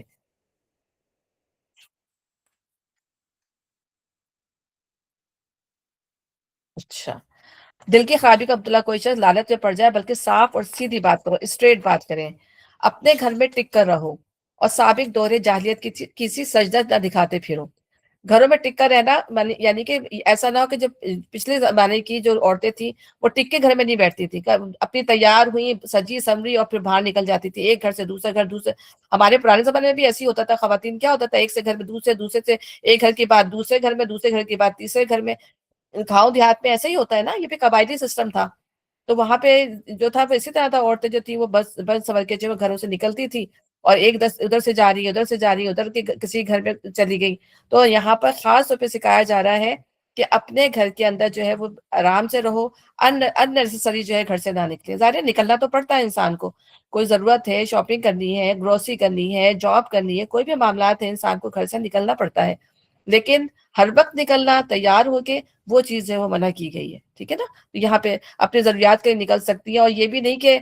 کہا جاتا ہے کہ نبی صلی اللہ علیہ وسلم کی بیویاں جو ہے وہ گھر میں ہی بیٹھ گئی تھی، کبھی گھر سے نکلی نہیں، ایسا نہیں ہے. کیونکہ وہ نکلتی تھی اور وہ حج اور عمرے کے لیے جاتی تھی. حج اور عمرے کے لیے جو ہے ان کے لیے باقاعدہ انتظام کیا جاتا تھا نبی کی جو وائفس تھی ان کے لیے. اور ثابت دوہرے جہادیت کے سجدہ تبرج کسے کہتے ہیں؟ تبرج کو ہوتا ہے کہ بالکل انسان جو ہے بن سور کے یعنی ایسا اٹریکٹیو ہو کے نکلے تاکہ لوگوں کی نظریں جو ہے اس کے اوپر جو ہے وہ بالکل وہ ہو جائیں. لوگ دیکھیں پیچھے، بھائی پیچھے مڑ مڑ کے دیکھیں گے اتنی حسین عورت یا اتنے خوبصورت لباس میں، اتنے خوبصورت زیورات کے اندر جو ہے وہ آ رہی ہے. اور پھر جیسے اونچی اونچی ہیلیں پہنے، ٹھک ٹھک کرے پازیب پہنے ہوئے، یہ ہوتا ہے تبرج. یعنی کوئی ایسی اٹریکٹیو آپ ہو کے جائیں کہ جو دوسرا بندہ جو ہے وہ دیکھتا ہی رہ جائے، اس کے اندر جو ہے وہ اٹریکشن جو ہے وہ پیدا ہو جائے. تو یہاں پہ ان تمام چیزوں سے جو تبرج کے اس میں آتی ہے ان سے منع کر دیا گیا ہے. تو ایون اگر آپ یہ کہیں کہ اگر ہم حجاب بھی اگر انسان پہن رہا ہے تو اس کے اندر بھی تبرج نہیں ہونا چاہیے کہ بہت خوبصورت حجاب پہن لیے، بہت ہی شائنی، اس پہ گلیٹرز لگے ہوئے ہیں، اس کے اوپر جو ہے وہ سٹارز لگے ہوئے ہیں، اور باقاعدہ خود عورت جو ہے وہ ایک اٹریکشن ہے اگر دیکھا جائے، ٹھیک ہے نا. اللہ تعالیٰ نے خود عورت کو بذات خود اٹریکشن بنایا. اوپر سے پھر وہ اس طرح کی اٹریکٹیو چیزیں باہر نکل کے جائے گی تو کس طرح ایک عورت کو دیکھ کے، خوبصورت عورت کو دیکھے گی تو وہ عام عورت بھی دیکھ کے جو ہے وہ دیکھتی رہ جاتی ہے کہ بھائی کتنی اب وہ خوبصورت عورت مزید سنور کے چلی جائے تو پھر کیا ہوگا. مرد تو پھر وہ مرد کو جو ہے اپنے اوپر خود ہی غلط کرنے والے کام کر رہی ہے نا. تو یہاں پہ یہی چیز بتائی جا رہی ہے. تو پھر بعض دفعہ کیا ہوتا ہے کہ ہم مسلمان عورتیں جو ہوتی ہیں حجاب پہن تو لیتی ہیں لیکن اتنا ٹائٹ حجاب ہوتا ہے کہ وہ گلے تک ہی اٹک کے رہ جاتا ہے. وہ نہ اس سے گردن باقاعدہ چھپی ہوئی ہوتی ہے، نہ سینہ چھپا ہوا ہوتا ہے، جس چیز کا خاص طور پہ حکم دیا گیا ہے. اور یہ بات یاد رکھیں کہ جو پردے کے احکام ہیں وہ سورہ نور میں آئے ہیں. یہ ایک وقتی تدابیر تھی جو اللہ تعالیٰ نے یہاں پر مسلمان خواتین کو خاص طور پہ دی. ابھی پردے کے جو احکام آئیں گے جو ہم سورہ نور میں اللہ تعالیٰ نے کہا کہ اپنی سینوں پہ اوڑھنیاں ڈال کے رکھو، سروں پر اور سینوں کو کور کر کے رکھو، ٹھیک ہے نا. وہ پردے کے اس میں وہ الفاظ نہیں ہے کہ چہرے پہ پردہ. لیکن یہاں پر کیا تھا کہ منافقین نے جو تھا وہ اتنا زیادہ مسلمانوں کو تنگ کیا ہوا تھا، مسلمان خواتین کو چھیڑ دیتے تھے اور کہتے او ہمیں تو پتہ ہی نہیں ہے مسلمان خواتین ہیں. تو یہاں پہ اللہ تعالیٰ نے ان کو خاص طور پہ کہا تھا کہ تم جو چادر اور دوپٹہ جو پہنتی ہو وہ تو پہنے لو، لیکن اس صورت میں اپنے اوپر ایک اور چادر پہن کے ڈالو تاکہ تم سنبھالے جاؤ، تمہیں کسی کو یہ کہنے کا موقع نہیں ملے کہ جو ہے تم مسلمان عورتیں نہیں ہو. تو اللہ تعالیٰ نے ایک شرط، ایک کنڈیشن اس دور کے اندر جو تھی وہ ان کو کہہ دی تھی. تو ابھی اسکالرس کے بھی یہاں پہ دو وہ آتے ہیں کہ کچھ اسکالرس کہتے ہیں نہیں بالکل پردہ جو ہے وہ ہونا چاہیے، منہ کا پردہ ہونا چاہیے، ہاتھوں پہ بھی پہننا چاہیے، پیروں پہ بھی، حالانکہ ایسا نہیں ہے۔ چہرہ انسان کی جو ہے شخصیت ہے، چہرہ انسان کا تعارف ہے، چہرہ ہی چھپ جائے گا تو پھر تعارف نظر نہیں آتا، لیکن چہرے پر کسی قسم کی کوئی ایسی وہ نہیں ہونی چاہیے، تبرج نہیں ہونا چاہیے کہ فل میک اپ میں آپ اگر وہ حجاب بھی پہن لیا تو زیور نظر آ رہا ہے۔ وہ آج کل کس طرح کا حجاب پہنا جا رہا ہے کہ کان کو ہٹا دیا جاتا ہے تو کان کے بڑے بڑے بندے جو ہیں وہ نظر آ رہے ہوتے ہیں، گلے پہ اوپر سے باندھ لیا جاتا ہے تو گلے کا پورا زیور نظر آ رہا ہوتا ہے، حالانکہ ان زیورات کو چھپانے کا حکم دیا گیا ہے، تو اس طریقے سے نہیں کرنا ہے، تو یہ تبرج ہے۔ تو اللہ یہاں بتا رہا سابق دوہرے جاہلیت کی سجد نہ دکھاتی پھرو، نماز قائم کرو، زکوٰۃ دو اور اس کے رسول کی اطاعت کرو، یعنی یہ دو چیزیں بار بار اللہ تعالیٰ فرماتے ہیں کیونکہ یہ انسان کے تقوی کے تقوی پیدا کرتی ہیں چیزیں، کیونکہ نماز اور زکوٰۃ دو ایسی چیزیں ہیں جو انسان کے اندر پرہیزگاری پیدا کرتی ہیں۔ اللہ تو یہ چاہتا ہے کہ تم اہل بیت نبی سے گندگی کو دور کرے اور تمہیں پوری طرح پاک کر دے، اور یہ جو اللہ تعالیٰ نے یہاں پر پورا دیا، یہ نبی صلی اللہ علیہ وسلم کی بیویوں کے لیے جو تھی فرض تھی، ٹھیک ہے نا؟ آپ نے نبی صلی اللہ علیہ وسلم کی بیویوں نے تمام چیزوں کی پابندی کرنی ہی کرنی تھی، کیوں؟ تاکہ اللہ تعالیٰ اہل بیت نبی سے گندگی کو دور کرے اور تمہیں پوری طرح پاک کر دے، یعنی ان کے اہل بیت کے اندر کسی قسم کی بدی کا شائبہ تک نہ ہو، کسی کو ان کے اوپر انگلی اٹھانے کا موقع نہ مل جائے، کیونکہ وہ نبی کا گھر تھا اور قوم کا مرکز تھا، اگر وہاں کوئی غلطی ہوتی تو لوگ اس کو فالو کرتے، تو پہلے اسٹیپ پر ہی اللہ تعالیٰ نے ان کو روک دیا، ٹھیک ہے نا؟ اور تاکہ تمہیں پوری طرح پاک کر دے۔ یاد رکھو اللہ کی آیات اور حکمت کی ان باتوں کو جو تمہارے گھروں میں سنائی جاتی ہیں، یعنی درس و تدریس ہوتی رہتی تھی، لوگ آتے تھے، مسئلے پوچھتے تھے، مسائل پوچھتے تھے، ٹھیک ہے، اللہ کی آیتیں سنتے تھے، تو اللہ تعالیٰ بتا رہا ہے کہ بے شک اللہ تعالیٰ لطیف اور باخبر ہے، یعنی اللہ تعالیٰ مخفی سے مخفی باتوں تک کا اس کا علم پہنچ جاتا ہے، اس سے کوئی چیز جو ہے چھپی نہیں رہ سکتی کہ اب کوئی اللہ تعالیٰ کے نے جو فرائض کیے ہیں اس پر عمل کر رہا ہے یا نہیں کر رہا ہے۔ اب اللہ تعالیٰ جو ہے یہاں پر تمام مومن مرد اور عورتوں کی تعریف بتا رہا ہے، ان کی صفات یہاں بیان کر رہا ہے جن کو اللہ تعالیٰ پسند کرتا ہے۔ وہ کون مرد اور عورت ہیں؟ بالیقین جو مرد اور جو عورتیں مسلم ہیں، مومن ہیں، مطیع فرمان ہیں، یعنی اللہ تعالیٰ کی اطاعت کرنے والی ہیں، کرنے والے اور کرنے والی ہیں، راز باز ہیں یعنی سچے ہیں، صابر ہیں، اللہ کے آگے جھکنے والے ہیں، صدقہ دینے والے ہیں، روزہ رکھنے والے ہیں، اپنے شرمگاہوں کی حفاظت کرنے والے ہیں، اور اللہ کو کثرت سے یاد کرنے والے ہیں۔ یعنی حدیث آتی ہے کہ ایک شخص نے رسول صلی اللہ علیہ وسلم سے پوچھا کہ یا رسول اللہ، جہاد کرنے والوں میں سب سے بڑا اجر پانے والا کون ہے؟ تو فرمایا جو ان میں اللہ تعالیٰ کو سب سے زیادہ یاد کرنے والا ہے۔ اس نے عرض کیا روزہ رکھنے والوں میں سب سے زیادہ اجر کون پائے گا؟ فرمایا جو ان میں سب سے زیادہ اللہ کو یاد کرنے والا ہو۔ پھر اس شخص نے اس طرح نماز، زکوٰۃ، حج اور صدقہ ادا کرنے والوں کے متعلق پوچھا، اور حضور نے ہر ایک کا یہی جواب دیا کہ جو اللہ کو سب سے زیادہ یاد کرنے والا ہو۔ تو جو اللہ کا بندہ ہوتا ہے تو وہ اللہ کو سب سے زیادہ یاد کرنے والا ہوتا ہے، اللہ نے ان کے لیے مغفرت اور بڑا اجر مہیا کر رکھا ہے، ٹھیک ہے نا؟ تو اللہ کے ہاں ہم یہ دیکھتے ہیں کہ اصل قدر و قیمت جو ہے ان صفات کی ہے، ٹھیک ہے نا؟ اس کے علاوہ جو صفات انسان کے اندر ہو کہ بھئی خوبصورتی ہے، مال ہے، دولت ہے، یہ تمام چیزیں، ان چیزوں کی اللہ کی نظر میں کوئی اہمیت نہیں ہے۔ اصل اہمیت یہ ہے کہ جب انسان کے اندر یہ صفات ہوں گی، اللہ تعالیٰ ہم کو بھی توفیق دے کہ ہم اپنے اندر ہی صفات پیدا کریں۔ کسی مومن مرد اور کسی مومن عورت کو یہ حق نہیں کہ جب اللہ اس کا رسول کسی معاملے کا فیصلہ کر دے تو پھر اسے اپنے اس معاملے میں خود فیصلہ کرنے کا اختیار حاصل رہے، اور جو کوئی اللہ اس کے رسول کی نافرمانی کرے تو وہ سرہی گمراہی میں پڑ گیا۔ جس کانٹیکس میں یہ آیات نازل ہوئی وہ حضرت زینب کا حضرت زید سے رشتہ تھا، کیونکہ جب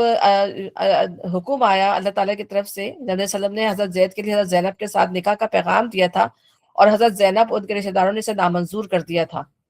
ٹھیک ہے نا؟ تو اس کے بعد جو ہے جب نبی صلی اللہ علیہ وسلم نے کہلوایا کہ اللہ کی طرف سے، تو اسی طرح کا اظہار نارضامندی ان کے بھائی عبداللہ بن جہش رضی اللہ عنہ نے بھی کیا، تو مطلب زینب نے تو کیا ہی تھا، ان کے بھائی نے بھی کیا، کہ اس لیے کہ حضرت زید نبی صلی اللہ علیہ وسلم کے آزاد کردہ غلام تھے، اور حضرت زینب حضور کی پھپھی کی صاحبزادی تھی۔ ان لوگوں کو یہ بات سخت ناگوار تھی کہ اتنے اونچے گھرانے کی لڑکی، اور وہ بھی کوئی غیر نہیں بلکہ حضور کی اپنی پھوپھی زاد بہن ہے، اور اس کا پیغام آپ اپنے آزاد کردہ غلام کے لیے دے رہے ہیں۔ اس پر یہ آیت نازل ہوئی، اور اسے سنتے ہی حضرت زینب اور ان کے سب خاندان والوں نے بلا تعمل سر اطاعت خم کر دیا۔ اس کے بعد نبی صلی اللہ علیہ وسلم نے ان کا نکاح پڑھایا، خود حضرت زید کی طرف سے 10 دینار اور 60 درہم مہر عطا کیا، چڑھاوے کے لیے کپڑے دیا، اور کچھ سامان خوراک گھر کے خرچ کے لیے بھجوایا، ٹھیک ہے نا؟ تو یہاں پر اللہ تعالیٰ کہہ رہا ہے کہ پھر یہ تو اس کانٹیکٹ میں نازل ہوئی تھی، اور لیکن ہمارے لیے بھی یہی ہے کہ جو اللہ کا جب حکم آ جائے، رسول نے جو ہمیں تعلیمات دے دی ہیں، ہمیں اس کے اگینسٹ نہیں جانا۔ اے نبی صلی اللہ علیہ وسلم، یاد کرو وہ موقع جب تم اس شخص سے کہہ رہے تھے جس پر اللہ نے اور تم نے احسان کیا تھا۔ کون تھے وہ؟ حضرت زید تھے۔ اور حضرت جو زید بن حارث کون تھے؟ یہ غلام تھے۔ اور کہا جاتا ہے کہ ان کی والدہ جو تھی ان کو ایک دعوت میں لے گئی، اور جب وہ دعوت میں لے گئی ایک دوسری بستی میں، تو وہاں پر جو ہے دشمن نے چھاپا مار لیا، اور جو ہے سب کو پکڑ کے لے گئے۔ تو یہ جو ہے زید بھی انہی میں شامل تھے، پکڑ کے جو ہے مکہ کے بازار میں لا کے ان کو بیچ دیا۔ پھر وہاں سے جو ہے کہا جاتا ہے کہ نبی صلی اللہ علیہ وسلم کے سوری حضرت خدیجہ کے چچا نے اس کو خریدا، اور پھر ان کو حضرت خدیجہ کو دے دیا۔ اور جب حضرت محمد صلی اللہ علیہ وسلم کی جب شادی ہوئی، تو آپ نے دیکھا کہ حضرت زید کو تو آپ کو بہت پسند آئے، ان کے اطوار، ان کی سیرت، ان کی عادات آپ کو اتنے پسند آئے، آپ نے جو ہے پھر ان سے مانگ لیا، حضرت خدیجہ سے۔ اور پھر جا کے جو ہے پورے مکہ میں اعلان کروایا، مطلب اپنے ایریا میں سے مکہ کا اعلان کر دیا کہ آج سے یہ جو ہے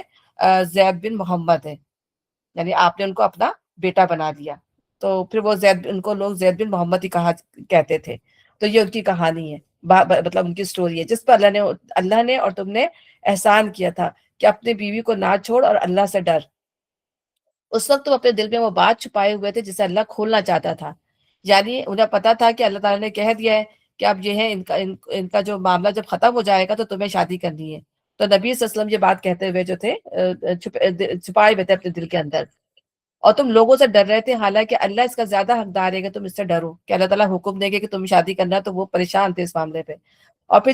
جب زید اس سے اپنی حاجت پوری کر چکا، یعنی یہ ایک صحابی ہیں جن کا نام جو ہے قرآن کے اندر، کتنے خوش نصیب ہے جن کا نام جو ہے قرآن کے اندر آیا ہے۔ جب زید اس سے اپنی حاجت پوری کر چکا، یعنی جب جو ہے طلاق دے دی زید رضی اللہ عنہ نے، اور انہوں نے اپنی عدت پوری کر لی حضرت زینب نے، تو ہم نے اس متعلقہ خاتون کا تم سے نکاح کر دیا۔ یعنی یہ نکاح جو ہے آسمانوں پہ پڑا گیا۔ کتنی مطلب آپ کہہ رہے ہیں کہ عزت کی اور شرف کی بات تھی حضرت زینب کے لیے، کہ اللہ تعالیٰ نے ان کا نکاح جو وہ یہی تو کرتی تھی، تھوڑا سا وہ شو مارتی تھی کہ تم لوگ کی تو ارینج میرج ہوئی ہے، تمہارے خاندان والوں نے کیا، اور میرا نکاح تو ساتوں آسمانوں پہ پڑھایا گیا۔ تو مطلب پھر نبی صلی اللہ علیہ وسلم کو نکاح کی ضرورت نہیں تھی، اور پھر آپ اسی طرح بغیر ایجاب و قبول کے آپ چلے گئے تھے، کیونکہ یہ نکاح اللہ تعالیٰ نے حضرت جبرائیل کے ذریعے پڑھوا دیا تھا۔ کتنی بڑی بات ہے، تاکہ مومنوں پر اپنے منہ بولے بیٹوں کی بیویوں کے معاملے میں کوئی تنگی نہ رہے، جبکہ وہ ان سے اپنی حاجت پوری کر چکے ہوں۔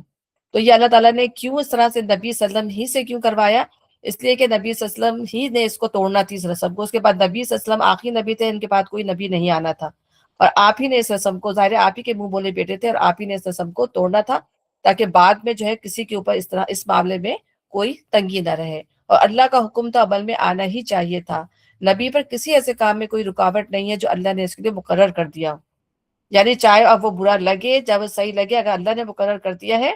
تو وہ کرنا ہے۔ یہی اللہ کی سنت ان سب انبیاء کے معاملے میں رہی ہے جو پہلے گزر چکے ہیں، اور اللہ کا حکم ایک قطعی طے شدہ فیصلہ ہوتا ہے، ٹھیک ہے نا؟ تو وہی جیسے اللہ نے کر دیا اس کو کر کے رہنا ہے۔ یہ اللہ کی سنت ہے ان لوگوں کے لیے جو اللہ کے پیغامات پہنچاتے ہیں اور اسی سے ڈرتے ہیں، اور ایک اللہ کے سوا کسی سے نہیں ڈرتے، اور محاسبے کے لیے بس اللہ ہی کافی ہے۔ یعنی اللہ تعالیٰ ہی یعنی کفا باللہ حسیبہ، ایک یہ کہ ہر خوف اور خطرے کے مقابلے میں اللہ کافی ہے، دوسرے یہ کہ حساب لینے کے لیے اللہ کافی ہے، اس کے سوا کسی اور کی باز پرس سے ڈرنے کی کوئی ضرورت نہیں۔ کہ اب لوگ کیا کہیں گے، میں نے اس کی بیوی سے نکاح کر لیا ہے تو مجھے لوگ اب کیا کہیں گے، میرا تو گھر اور نبی صاحب سوچتے تھے کہ اور نشانے پہ آ جائے گا، ویسی جو حالات برے ہیں، لیکن اللہ تعالیٰ کہہ رہے ہیں جب میں کافی ہوں تو تمہیں کوئی کچھ نہیں کہہ سکتا۔ تو اب اللہ تعالیٰ یہاں بتا رہے ہیں لوگوں، محمد تمہارے مردوں میں سے کسی کے باپ نہیں، ٹھیک ہے نا؟ اب جب متنبع والے بیٹے کا معاملہ ختم ہو گیا تو اللہ تعالیٰ نے اسی لیے بتانے کے لیے کہ نبی صلی اللہ علیہ وسلم کو اللہ نے دیا بھی نہیں اس لیے بیٹا۔ اللہ تعالیٰ کی حکمت بھی یہی تھی کہ نبی صلی اللہ علیہ وسلم کے بعد کسی نبی نے نہیں آنا، اور اسی لیے کسی کا بیٹا آپ کا کوئی بیٹا نہیں ہے، اور نہ آپ کسی کو بیٹا بنا سکتے ہیں، تاکہ اللہ تعالیٰ اس چیز کی جڑ ہی ختم کر دے، ٹھیک ہے نا؟ تاکہ اگر پھر بالفرض اگر آپ کا کوئی بیٹا ہوتا تو لوگ کیا کرتے ہیں ان کو بیٹا، ابھی آپ دیکھیں کہ پوری جو شیعوں کی وہ ہے، وہ کیا پورا امامت کا جو انہوں نے پورا کھڑا کیا ہوا ہے کہ حضرت علی کے اوپر پھر حضرت ان کے نواسوں کو جو ہے وہ کر دیا کہ امامت کے 12 امام ہیں۔ تو جب نبی کا بیٹا نہیں ہے اس کے اوپر انہیں یہ جو ہے اہل بیت جو اللہ تعالیٰ پیچھے کہہ کے گئے ہیں وہ اہل بیت جو ہے نبی کی بیویاں ہیں. لیکن اب شور کیا مچتا ہے شیعوں کا کہ وہ اہل بیت نبی کی بیویاں نہیں ہیں، وہ جو ہے جو حضرت علی، حضرت فاطمہ ان کے نواسے دونوں جو ہیں حسن اور حسین ہیں، یہ ہیں. تو اس پہ مطلب لڑائی ہے. کہنے کا مقصد یہ ہے کہ بیٹا نہیں ہے تو لڑائی، اتنی زیادہ لڑائی، اگر بیٹا ہوتا تو پھر وہ کیا کرتے. اور اللہ کی حکمت کتنی بڑی تھی کہ اللہ تعالیٰ نے اسی لیے نبی صلی اللہ علیہ وسلم کو بیٹا نہیں دیا. لوگوں، محمد تمہارے مردوں میں سے کسی کے باپ نہیں ہے بلکہ وہ اللہ کے رسول اور خاتم النبیین ہیں. تو اب جتنی بھی رسومات ہیں، جو بھی معاملات ہیں، وہ اب نبی صلی اللہ علیہ وسلم ختم کر کے جائیں گے. آپ کو ہی نمونہ بننا ہے. ٹھیک ہے، اس کے بعد کوئی اور نہیں آئے گا جو ان رسومات کو جو ہے وہ ختم، کیونکہ یہ جو تھے مطالبات کرتے تھے اور جو ہے آپ کے جو آبجیکشنز کرتے تھے کہ ایسا کیوں کیا، ایسا کیوں کیا. تو ان کا جو ان کا اولین اعتراض یہ تھا کہ آپ نے اپنی بہو سے نکاح کیا ہے، حالانکہ آپ کی اپنی شریعت میں بھی بیٹے کی منکوحہ باپ پر حرام ہے. اس کے جواب میں فرمایا گیا کہ محمد تمہارے مردوں میں سے کسی کے باپ نہیں ہے تو وہ شادی کر سکتے ہیں. ارے جس شخص کی مطلقہ سے نکاح کیا گیا وہ بیٹا تھا کب کہ اس کی مطلقہ سے نکاح حرام ہوتا. ان کا دوسرا اعتراض یہ تھا کہ اچھا اگر منہ بولا بیٹا حقیقی بیٹا نہیں ہے تب بھی اس کی چھوڑی عورت سے نکاح کر لینا زیادہ سے زیادہ بس جائز ہو سکتا تھا، آخر اس کا کرنا کیا ضروری تھا. اس کے جواب میں فرمایا گیا کہ وہ اللہ کے رسول ہیں، یعنی رسول ہونے کی حیثیت سے ان پر یہ فرض عائد ہوتا ہے کہ جس حلال چیز کو تمہاری رسموں نے خواہ مخواہ حرام کر رکھا ہے اس کے بارے میں تمام تعصبات کا خاتمہ کر دیں اور اس کی حلت کے معاملے میں کسی شک و شبے کی گنجائش باقی نہ رہے. پھر مزید تاکید کے لیے فرمایا وہ خاتم النبیین ہیں، یعنی ان کے بعد کوئی رسول تو درکنار کوئی نبی تک آنے والا نہیں ہے. اگر قانون اور معاشرے کی کوئی اصلاح ان کے زمانے میں نافذ ہونے سے رہ جائے تو بعد کا آنے والا نبی یہ کسر پوری کر دے. لہٰذا یہ اور بھی ضروری ہو گیا کہ اس رسم جانے تک خاتمہ وہ خود ہی کر کے جائیں، کیونکہ ان کے بعد اب کوئی نبی نہیں آنا. اور دوسری بات یہ کہ ویسے بھی نبی صلی اللہ علیہ وسلم خاتم النبی جین ہے، آپ کے بعد جو ہے کوئی نبی نہیں آئے گا. ٹھیک ہے، آپ کی نہ کوئی اور شریعت آئے گی، آپ کی شریعت کے بعد نہ اور کوئی کتاب آئے گی. اب دیکھتے ہیں کہ پچھلی قوموں میں جب نبی آئے تھے تو وہ ایک شریعت کو فالو کرتے تھے. جیسے بنی اسرائیل کی شریعت، کتنے سارے لاکھوں نبی آئے ہیں، 1,24,000 نبی کا ہم جو سنتے ہیں وہ موسٹلی جو ہے وہ بنی اسرائیل میں ہی آئے ہیں. اور انہوں نے انہی شریعت کی پابندی کی، یعنی تورات کو کتنے سارے نبی جو ہے فالو کرتے تھے. ایون کہ حضرت جو ہے کیا کہتے ہیں عیسیٰ تک کو جو ہے اللہ تعالیٰ نے کہا تھا تورات کو فالو کرنا. انجیل تو آپ کو دی تھی، داؤد علیہ السلام کو زبور دی تھی، لیکن فالو تورات ہی کو کرنا تھا. ٹھیک ہے نا. لیکن یہ تھے وہ کیوں دی تھی زبور اور تورات؟ اس کو تصحیح کرنے کے جو انہوں نے چینجز کر دی تھی تورات کے اندر. تو شریعت وہی تھی جو اللہ تعالیٰ نے تورات کے اندر جو ہے وہ دے دی تھی. تو اب یہی ہے. اور پھر رسول اللہ کہتے ہیں نا کہ جیسے تشبیہ دیتے ہیں، جیسے ایک مکان ہے، اس میں جو ہے ایک ساری اینٹیں جو ہے فٹ کر دی گئی ہیں اور ایک اینٹ جو رہ گئی ہے تو وہ کہتے ہیں کہ وہ اینٹ میں ہوں، میں نے، یعنی کہ وہ میں آ گیا ہوں، اب وہ مکان جو ہے کمپلیٹ ہو گیا. تو اب وہ نبی صلی اللہ علیہ وسلم نے آ کے اس کو کمپلیٹ کر دیا. اور پھر جو ہے نبی خاتم کا مطلب ہوتا ہے مہر لگا دینا. اب نبیوں کے اوپر جو ہے مہر لگ، اور جب مہر لگ جاتی ہے، سیل لگ جاتی ہے، تو وہ چیز پھر کھل نہیں سکتی. ٹھیک ہے نا. تو سیل لگا دی گئی ہے. اب آپ کے بعد کوئی اور نبی نہیں آئے گا. اللہ ہر چیز کا علم رکھنے والا ہے. اے لوگوں جو ایمان لائے ہو، اللہ کو کثرت سے یاد کرو اور صبح و شام اس کی تسبیح کرتے رہو. وہی ہے جو تم پر رحمت فرماتا ہے، اس کے ملائکہ تمہارے لیے دعائیں رحمت کرتے ہیں تاکہ وہ تمہیں تاریکیوں سے روشنی میں نکال لائے. وہ مومنوں پر بہت مہربان ہے. بے شک جس روز وہ ان سے ملیں گے ان کا استقبال سلام سے ہوگا. ان کے لیے اللہ نے بڑا باعزت اجر فراہم کر رکھا ہے. اے نبی صلی اللہ علیہ وسلم، ہم نے تمہیں بھیجا ہے گواہ بنا کے. اتنی پیاری اللہ تعالیٰ نے نبی صلی اللہ علیہ وسلم کی تعریف کی ہے پوری. یا ایھا النبی انا ارسلناک شاہدا ومبشرا ونذیرا وداعیا الی اللہ باذنہ وسراجا ومنیرا. ٹھیک ہے نا. اے نبی، ہم نے تمہیں بھیجا ہے گواہ بنا کر، بشارت دینے والا اور ڈرانے والا بنا کر، اور اللہ کی اجازت سے اس کی طرف دعوت دینے والا بنا کر اور روشن چراغ بنا کر. کتنی خوبصورت اللہ تعالیٰ نے، اگر نبی کی تعریف آپ سنیں تو اللہ تعالیٰ نے ایک آیت کے اندر کتنی خوبصورت تعریف بیان کر دی ہے. بشارت دے دو ان لوگوں کو جو تم پر ایمان لائیں کہ ان کے لیے اللہ کی طرف سے جو ہے وہ بڑا فضل ہے. یعنی اللہ تعالیٰ، آپ جو تھے وہ بشیر بھی تھے، نذیر بھی تھے، اور اللہ تعالیٰ کی طرف جو تھے وہ دعوت بھی دے رہے تھے. یعنی عام مبلغ کی تبلیغ اور نبی کی تبلیغ کے درمیان وہی فرق ہے جس کی طرف اوپر اشارہ کیا ہے کہ دعوت اللہ تو ہر مبلغ دے سکتا ہے، مگر وہ اللہ کی طرف سے اس کام پر معمور نہیں ہوتا. اس کے برعکس نبی اللہ کے اذن سے دعوت دینے اٹھتا ہے. اس کی دعوت نری تبلیغ نہیں ہوتی بلکہ اس کے پیچھے اس کے رب العالمین کی فرما روائی کا زور ہوتا ہے. اسی بنا پر اللہ کے بھیجے ہوئے داعی کی مزاحمت خود اللہ کے خلاف جنگ قرار پاتی ہے. ٹھیک ہے نا، اور روشن چراغ بنا کر، یعنی آپ جو تھے وہ روشنی بن کر آئے تھے، اور جب آپ آئے تو پورے ماحول میں آپ نے روشنی کر دی، ٹھیک ہے؟ تو بشارت دے دو ان لوگوں کو جو تم پر ایمان لائیں کہ ان کے لیے اللہ کی طرف سے بڑا فضل ہے، اور ہرگز ادب و کفار و منافقین سے کوئی پرواہ نہ کرو ان کی اذیت رسانی کی، اور بھروسہ کر لو اللہ پر، اللہ اس کے لیے کافی ہے کہ آدمی اپنے معاملات اس کے سپرد کر دے۔ یا نبی صلی اللہ علیہ وسلم کو جو ہے ری ایشور کیا جا رہا ہے، ان کو مطمئن کیا جا رہا ہے کہ اب تمہیں ان سے ڈرنے کی ضرورت نہیں ہے، جب اللہ تمہارے ساتھ موجود ہے تو اب تمہیں کسی چیز کا ڈر نہیں ہونا چاہیے، اور اب سب سے بہتر یہی کہ انسان اس کے اپنے سارے معاملات اللہ کے سپرد کر دے۔ اے لوگوں جو ایمان لائے ہو، تب تم مومن عورتوں سے نکاح کرو اور پھر انہیں ہاتھ لگانے سے پہلے طلاق دے دو، تو تمہاری طرف سے ان پر کوئی عدت لازم نہیں ہے جس کے پورے ہونے کا تم مطالبہ کر سکو، لہٰذا انہیں کچھ مال تو اور بھلے طریقے سے رخصت کرو۔ حالانکہ معاملہ مختلف چل رہا ہے، لیکن بیچ میں کوئی سوال آیا تو اللہ تعالیٰ نے بیچ میں ہی اس کا جواب دے دیا۔ لوگوں نے پوچھا ہوگا کہ اگر ہم کسی عورت سے شادی کر لیں اور اس کا ہاتھ نہ لگایا ہو، تو یہاں اللہ تعالیٰ نے اس کا جواب دے دیا۔ اے نبی صلی اللہ علیہ وسلم، ہم نے تمہارے لیے حلال کر دی تمہاری وہ بیویاں جن کے مہر تم نے ادا کیے ہیں، ٹھیک ہے نا؟ اب نبی صلی اللہ علیہ وسلم مخاطب ہے کہ ان کی جو معاملات ہیں زندگی کے بیویوں کے ساتھ وہ کس طرح انہوں نے کرنے ہیں۔ تو وہ بیویاں جن کے مہر، یعنی جو آپ کے پاس 5 بیویاں تھیں، ان کے مہر آپ نے ادا کیے تھے، وہ آپ کے ساتھ رہ رہی تھی۔ اب اس کے علاوہ کون کون سی مزید عورتیں جو ہیں آپ جو ہے ان سے شادی کر سکتے ہیں یا آپ کے لیے حلال ہو سکتی ہیں، تو یہاں پر اللہ تعالیٰ مزید ان عورتوں کا بتا رہا ہے، اور وہ عورتیں جو اللہ کی عطا کردہ لونڈیوں میں سے تمہاری ملکیت میں آئیں، ٹھیک ہے نا؟ تو عطا کردہ لونڈیوں میں سے ہم یہ دیکھتے ہیں کہ جو ہے نبی صلی اللہ علیہ وسلم نے اس میں بنی قریظہ کی اس میں سے حضرت ریحانہ سے، غزوہ بنی مستلق کے سبایا میں سے حضرت جویریہ سے، اور غزوہ خیبر کے سبایا میں سے حضرت صفیہ اور مقوقس مصر کی بھیجی ہوئی حضرت ماریہ قبطیہ کو اپنے لیے محفوظ فرمایا۔ یہ اوپر کی جو تینوں تھی نا، ریحانہ اور جویریہ اور صفیہ، ان کو آپ نے آزاد کر کے ان سے نکاح کیا، ٹھیک ہے؟ ان کو اسلام کی دعوت بھی دی، کیونکہ ایک تو یہودی تھی نا صفیہ، ان کو بھی اسلام کی دعوت دی۔ اس کے بعد جب انہوں نے اسلام قبول کیا تو آپ نے ان سے پھر نکاح کیا، لیکن ماریہ قبطیہ سے آپ نے ایز اے لونڈی ہی ان کے ساتھ جو ہے آپ نے اپنی ملکیت میں لائے ان کو، اور اسی طرح اور تمہاری ملکیت میں آئے، اور تمہاری وہ چچا زاد اور پھوپھی زاد اور مامو زاد اور خالہ زاد بہنیں جنہوں نے تمہارے ساتھ ہجرت کی ہے، ٹھیک ہے؟ تو ان کے اندر آپ نے ام حبیبہ سے کی تھی۔ یہ بات کی مطلب جو باتیں ہیں، یعنی چچا زاد آپ کے ابو سفیان کی جو یہ بیٹی تھی، حالانکہ ابو سفیان بہت دیر میں ایمان لایا، ام حبیبہ کافی پہلے ایمان لے آئی تھی،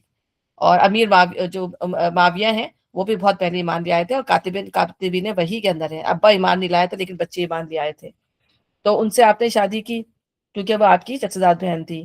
اور وہ مومن عورت جس نے اپنے آپ کو نبی صلی اللہ علیہ وسلم کے لیے ہبہ کیا ہو، اگر نبی اسے نکاح میں لینا چاہے، تو حضرت میمونہ کا ذکر آتا ہے کہ حضرت میمونہ نے اپنے آپ کو ہبہ کیا تھا نبی صلی اللہ علیہ وسلم کے لیے، تو آپ نبی صلی اللہ علیہ وسلم نے آپ سے جو ہے، ہبہ کا مطلب یہ ہوتا ہے کہ آپ مہر نہیں مانگتی، وہ خاتون کہتی مجھے کوئی مہر نہیں چاہیے، بس مجھے نبی سے شادی کرنی ہے، اور یہ صرف ہبہ کرنا نبی کے لیے ہے، کسی عام عورت کے لیے، کسی عام مرد کے لیے نہیں ہے کہ وہ عورت کہے کہ میں ہبہ کر لوں، نہیں، یہ صرف نبی صلی اللہ علیہ وسلم کے لیے تھا، اور لیکن پھر بھی نبی صلی اللہ علیہ وسلم نے ان سے شادی کی اور ان کو مہر بھی دیا، حالانکہ انہوں نے کہا تھا مجھے مہر نہیں چاہیے، لیکن نبی صلی اللہ علیہ وسلم جو تھے انصاف کرنے والے تھے، آپ نے ان کو مہر دے کے ان سے نکاح کیا۔ یہ رعایت خالصتاً تمہارے لیے ہے، دوسرے مومنوں کے لیے نہیں ہے۔ ہم کو معلوم ہے کہ عام مومنوں پر ان کی بیویوں اور لونڈیوں کے بارے ہم نے کیا حدود عائد کی ہیں، 4 نکاح کر سکتے ہیں، اس سے زیادہ نہیں۔ تمہیں ان حدود سے ہم نے اس لیے مستثنیٰ کیا ہے تاکہ تمہارے اوپر کوئی تنگی نہ رہے، اور اب اللہ غفور الرحیم ہے، تم کو اختیار دیا جاتا ہے کہ اپنی بیویوں میں سے جس کو چاہو اپنے سے الگ رکھو، جسے چاہو اپنے ساتھ رکھو، اور جسے چاہو الگ رکھنے کے بعد اپنے پاس واپس بلا لو، اس معاملے میں تم پر کوئی مذائقہ نہیں۔ اب اللہ تعالیٰ کی اس میں کیا تھی، اس میں حکمت تھی، جو اللہ تعالیٰ نے نبی صلی اللہ علیہ وسلم کو جو ہے کہہ دیا کہ آپ مطلب مزید، نبی صلی اللہ علیہ وسلم چاہتے تو اور بھی شادیاں کر سکتے تھے، انہی جو اللہ تعالیٰ نے گروپ بتایا ہے، ٹھیک ہے؟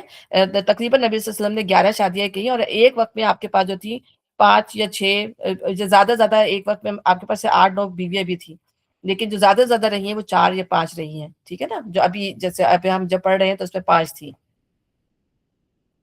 تو کیا مقصد کیا تھا، مطلب اللہ تعالیٰ نے کیوں کس وجہ سے جو ہے آپ کو اجازت دی؟ تو اس بنا پر دی کہ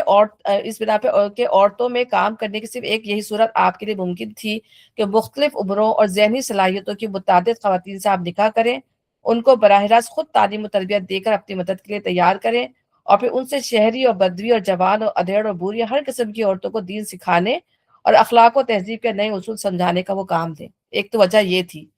اس کے علاوہ نبی صلی اللہ علیہ وسلم کے سپر یہ خدمت بھی کی گئی تھی کہ پرانے جاہلی نظام زندگی کو ختم کر کے اس کی جگہ اسلامی نظام زندگی قائم کریں۔ اس خدمت کے انجام دہی میں جاہلی نظام کے علمبرداروں سے جنگ ناگزیر تھی، اور یہ کشمکش ایک ایسے ملک میں پیش آ رہی تھی جہاں قبائلی طرز زندگی اپنے مخصوص روایات کے ساتھ رائج تھا۔ ان حالات میں دوسری تدابیر کے ساتھ آپ صلی اللہ علیہ وسلم کے لیے یہ بھی ضروری تھا کہ آپ مختلف خاندانوں میں نکاح کر کے بہت سی دوستی کو پختہ اور بہت سی عداوتوں کو ختم کر دیں۔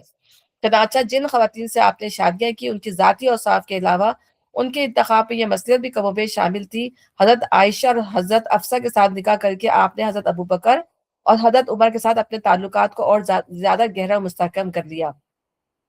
حضرت ام سلمہ اس خاندان کی بیٹی تھی جس سے ابو جہل اور خالد بن ولید کا تعلق تھا۔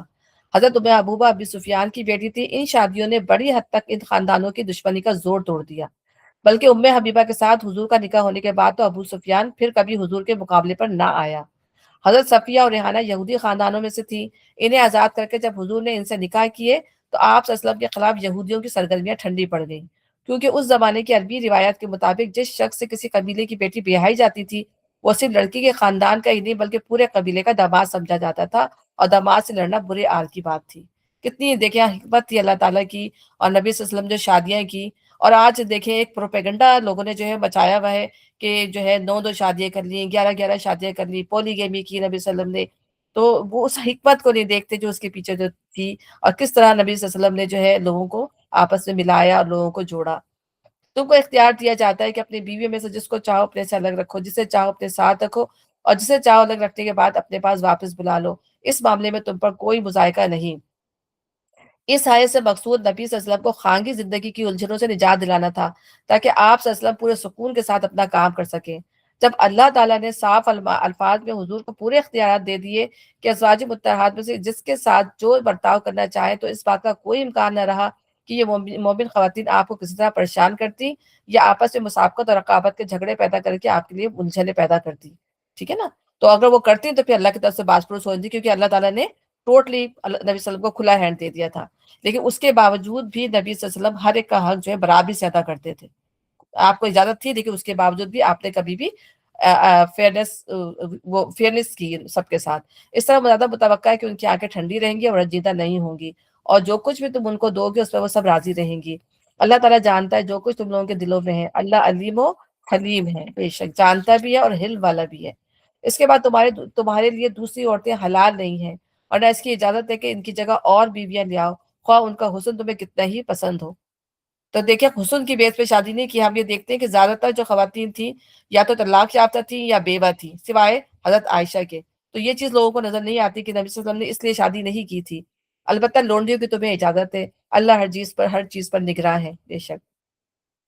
اے لوگوں جو ایمان لائے ہو، اب یہاں پہ مزید اللہ تعالیٰ ایٹیکیٹ سکھا رہے ہیں۔ اے لوگوں جو ایمان لائے، نبی کے گھروں میں بلا اجازت چلے نہ آیا کرو، نہ کھانے کا وقت تاکتے رہو۔ ہاں اگر تمہیں کھانے پہ بلایا جائے تو ضرور آؤ، مگر جب کھانا کھا لو تو منتشر ہو جاؤ، باتیں کرنے میں نہ لگے رہو۔ تمہاری یہ حرکتیں نبی کو تکلیف دیتی ہیں، مگر وہ شرم کی وجہ سے کچھ نہیں کہتے۔ ظاہر نبی صلی اللہ علیہ وسلم بہت مہربان تھے، کتنی بھی تکلیف ہو آپ منہ سے ایک لفظ نہیں بولتے تھے، لیکن اللہ تعالیٰ تو یہ حالت دیکھ رہا تھا، تو اللہ تعالیٰ قرآن میں یہ باتیں کھولتے تھے۔ نبی صلی اللہ علیہ وسلم کی طرف سے اللہ بولتے تھے، اللہ تعالیٰ۔ تو جب حضرت زینب ان کے پس منظر میں آیتیں اتری ہے نا حضرت زینب کی شادی کے، تو جب آپ کی جو ولیمہ ہوا تو دیکھا کہ لوگ جو ہے وہ بیٹھ گئے ہیں، وہاں سے اٹھ ہی نہیں رہے۔ عام لوگ تو کھانے سے فارغ ہو کر رخصت ہو گئے، مگر 2-3 حضرات بیٹھ کر باتیں کرنے میں لگ گئے۔ تب آ کر حضور اٹھے اور ازواج مطہرات کے ایک چکر لگایا، واپس تشریف لائے، دیکھا وہ حضرات بیٹھے ہوئے ہیں۔ آپ پھر پلٹ کر حضرت عائشہ کی حجرے میں جا بیٹھے۔ اچھی خاصی رات گزر جانے پر جب آپ کو معلوم ہو کہ وہ چلے گئے ہیں، تب آپ حضرت زینب کے مکان میں تشریف لائے۔ اس کے بعد ناگزیر ہو گیا کہ اللہ تعالیٰ خود ان بری عادات پہ لوگوں کو متنبہ فرمائے۔ ٹھیک ہے نا؟ تو یہ تھی۔ اور اسی طرح ہم کو بھی یہ سبق ملتا ہے کہ ہم بھی ظاہر ہے ہمیں لوگ بلاتے ہیں یا ہم کسی کی جو ہے دعوت پر جاتے ہیں، تو ایسا نہ ہو کہ جب تک ہاں ٹھیک ہے اگر میزبان کی مرضی ہے تو آپ بیٹھیں، لیکن زبردستی بلا وجہ جو ہے بیٹھ جانا 12-12 1-1 بجے تک، اور وہ جو ہے وہ صاحب میزبان جو ہے وہ پریشان ہو رہا ہو، تو انسان کو اس چیز کا خود بھی خیال کرنا چاہیے۔ تمہاری یہ حرکتیں نبی کو تکلیف دیتی ہیں، مگر وہ شرم کی وجہ سے کچھ نہیں کہتے، اور اللہ حق بات کہنے پہ نہیں شرماتا، بے شک۔ نبی کی بیویوں سے اگر تمہیں کچھ مانگنا ہو تو پردے کے پیچھے سے مانگا کرو، یہ تمہارے اور ان کے دلوں کی پاکیزگی کے لیے زیادہ مناسب ہے۔ ٹھیک ہے نا؟ اللہ تعالیٰ ان کے اندر سے بدی کو دور کرنا ہے، تو اللہ تعالیٰ نے کتنا اہتمام کیا ہے، آپ دیکھیں۔ یہی آیت ہے جس کو آیت حجاب کہا جاتا ہے، کہ حضرت عمر اس آیت کے نزول سے پہلے متعدد مرتبہ حضور سے عرض کر چکے تھے کہ یا رسول اللہ، آپ کے یہاں بھلے و برے سبھی قسم کے لوگ آتے ہیں، کاش آپ اپنی ازواج مطہرات کو پردہ کرنے کا حکم دے دیتے۔ ایک اور روایت میں ہے کہ ایک مرتبہ حضرت عمر نے ازواج رسول سے کہا، اگر آپ کے حق میں میری بات مانی جائے تو کبھی میری نگاہیں آپ کو نہ دیکھیں۔ لیکن رسول اللہ صلی اللہ علیہ وسلم چونکہ قانون سازی میں خود مختار نہ تھے، اس لیے آپ اشارہ الہی کے منتظر رہے۔ آخرکار یہ حکم آ گیا کہ محرم مردوں کے سوا کوئی مرد حضور کے گھر میں نہ آئے، اور جس کو بھی خواتین سے کوئی کام ہو وہ پردے کے پیچھے سے بات کرے۔ اس حکم کے بعد ازواج مطہرات کے گھروں میں دروازوں میں پردے لٹکا دیے گئے، اور چونکہ حضور کا گھر تمام مسلمانوں کے لیے نمونے کا گھر تھا، اس لیے تمام مسلمانوں کے گھر پہ بھی پردے لٹک گئے۔ سارے لوگ ان کو فالو کرتے تھے، اسی طرح انہوں نے بھی اپنے لگا لیے۔ تمہارے لیے جائز نہیں کہ اللہ کے رسول کو تکلیف دو، یعنی اب باتیں بناؤ ان کے اوپر، ان کے گھر والوں کے اوپر۔ تو یہ اذیت ہوتی تھی نا جب نبی صلی اللہ علیہ وسلم کے، اور پھر سب سے بڑی بات کیا تھی، جب آپ نے حضرت زینب سے شادی کر لی تو لوگوں نے باتیں بنائی، وہیں یہی بات ہو رہی ہے۔ اور بعض دفعہ جو تھے وہ ضعیف الایمان جو لوگ تھے، وہ بھی باتیں بنا رہے تھے، جو جن کے ایمان کمزور تھے، منافق تو نہیں تھے لیکن ضعیف الایمان تھے، جیسے مستہ کے بارے میں بھی آتا ہے، انہوں نے تو حضرت عائشہ کے اس کے اوپر بھی جو ہے وہ بہتان کے اوپر پیش تھے وہ۔ تو اس طرح کے لوگ، اور نہ یہ جائز ہے کہ ان کے بعد ان کی بیویوں سے نکاح کرو، کیونکہ وہ امہات المومنین جو ہے وہ مومنین کی مائیں ہیں۔ تو یہ اللہ کے نزدیک بہت بڑا گناہ ہے، تو خواہ کوئی بات ظاہر کرو یا چھپاؤ، اللہ کو ہر بات کا علم ہے بے شک۔ ازواج نبی کے لیے اس میں کوئی مذائقہ نہیں کہ ان کے باپ، ان کے بیٹے، ان کے بھائی، ان کے بھتیجے، ان کے بھانجے، ان کے میل جول کی عورتیں ان کے مملوک گھروں میں آئیں۔ اے عورتوں، تمہیں اللہ کی نافرمانی، دیکھیں ازواج نبی کے خاص طور پہ اللہ تعالیٰ یہ نہیں کہہ رہا کہ عام عورتوں کے ساتھ، ازواج نبی کو خاص طور پہ اسٹرکٹلی اللہ تعالیٰ یہاں پر ان کا نام لے کے کہہ رہا ہے، مملوک گھر میں آئے، اے عورتوں تمہیں اللہ کی نافرمانی سے پرہیز کرنا چاہیے، اللہ ہر چیز پر نگاہ رکھتا ہے۔ جب ہم نے جو پڑھی تھی آیات پر اس میں سورہ نور بھی، تو اس میں کہا تھا کہ دوست بھی آ سکتے ہیں گھروں میں، اور وہ ساتھ بھی مل کے بھی کھا سکتے ہیں، علیحدہ علیحدہ بھی کھا سکتے ہیں، لیکن یہاں دوستوں کا ذکر نہیں ہے۔ آپ دیکھیں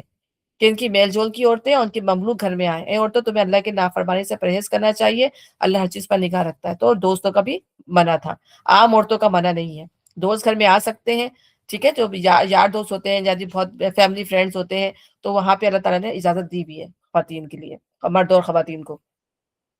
اللہ اس کے ملائکہ نبی پر درود بھیجتے ہیں، اے لوگوں جو ایمان لائے تم بھی ان پر درود و سلام بھیجو، ٹھیک ہے نا۔ اللہ کی طرف سے اپنے نبی پر صلوات کا مطلب یہ ہے کہ وہ آپ پر بہت مہربان ہے، آپ کی تعریف فرماتا ہے، آپ کے کام میں برکت دیتا ہے، آپ کا نام بلند کرتا ہے، آپ پر رحمتوں کی بارش فرماتا ہے۔ ملائکہ کی طرف سے آپ پہ صلوات کا مطلب یہ ہے کہ وہ آپ سے غایت درجے کی محبت رکھتے ہیں، آپ کے حق میں اللہ سے دعا کرتے ہیں کہ وہ آپ کو زیادہ سے زیادہ بلند مرتبے عطا فرمائے، آپ کے دین کو سربلند کرے، آپ کی شریعت کو فروغ بخشے، اور آپ کو مقام محمود تک پہنچائے۔ اچھا، اب سلاد کا لفظ جب اللہ کے سینے کے ساتھ آتا ہے تو اس کے تین معنی ہوتے ہیں: کسی پر مائل ہونا، اس کی طرف محبت کے ساتھ متوجہ ہونا اور اس پر جھکنا، دوسرے کسی کی تعریف کرنا، کسی کے حق میں دعا کرنا۔ جب یہ لفظ جب اللہ تعالیٰ کے لیے بولا جائے تو ظاہر ہے کہ تیسرے معنی میں نہیں ہو سکتا کہ دعا کرنا، کیونکہ اللہ کا کسی اور سے دعا کرنا قطعاً ناقابل تصور ہے، اس لیے لا محالہ وہ صرف پہلے دو معنوں میں ہوگا، لیکن جب بندوں کے لیے بولا جائے گا تو خواہ وہ فرشتے ہوں یا انسان تو وہ تینوں معنوں میں ہوگا۔ اس میں محبت کا مفہوم بھی ہوگا، مد و ثنا کا مفہوم بھی ہوگا، اور دعائے رحمت کا مفہوم بھی ہوگا۔ تو نبی صلی اللہ علیہ وسلم کے حق میں صلو علیہ کا مطلب، حکم دینے کا مطلب یہ ہے کہ تم ان کے گرویدہ ہو جاؤ، ان کی مد و ثنا کرو، ان کے لیے دعا کرو۔ اور سلام کا لفظ بھی ذو معنی ہے، یعنی ہر طرح کی آفات اور نقائص سے محفوظ رہنا، جس کے لیے ہم اردو میں سلامتی کا لفظ بولتے ہیں۔ یہ حکم جب نازل ہوا تو متعدد صحابہ نے رسول اللہ صلی اللہ علیہ وسلم سے عرض کیا، یا رسول اللہ، اس سلام کا طریقہ تو آپ ہمیں بتا چکے ہیں نا، التحیات للہ میں پورا سلام تک ہے نا، نماز میں السلام علیکم ایھا النبی و رحمۃ اللہ وبرکاتہ پڑھتے ہیں،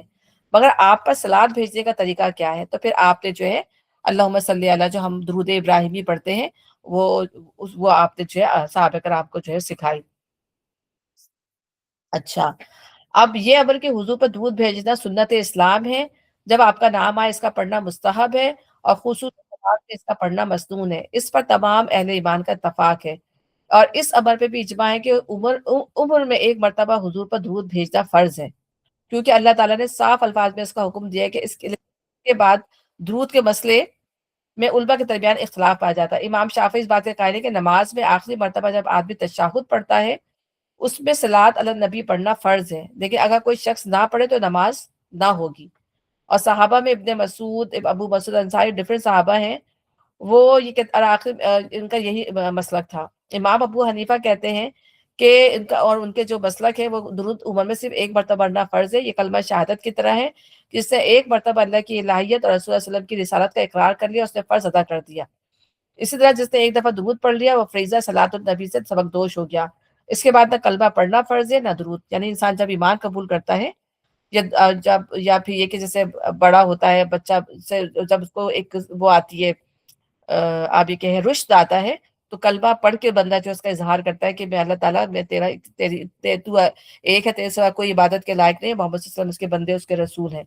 تو اس کا جو ہے تجدید کرتا ہے انسان جو ہے نا۔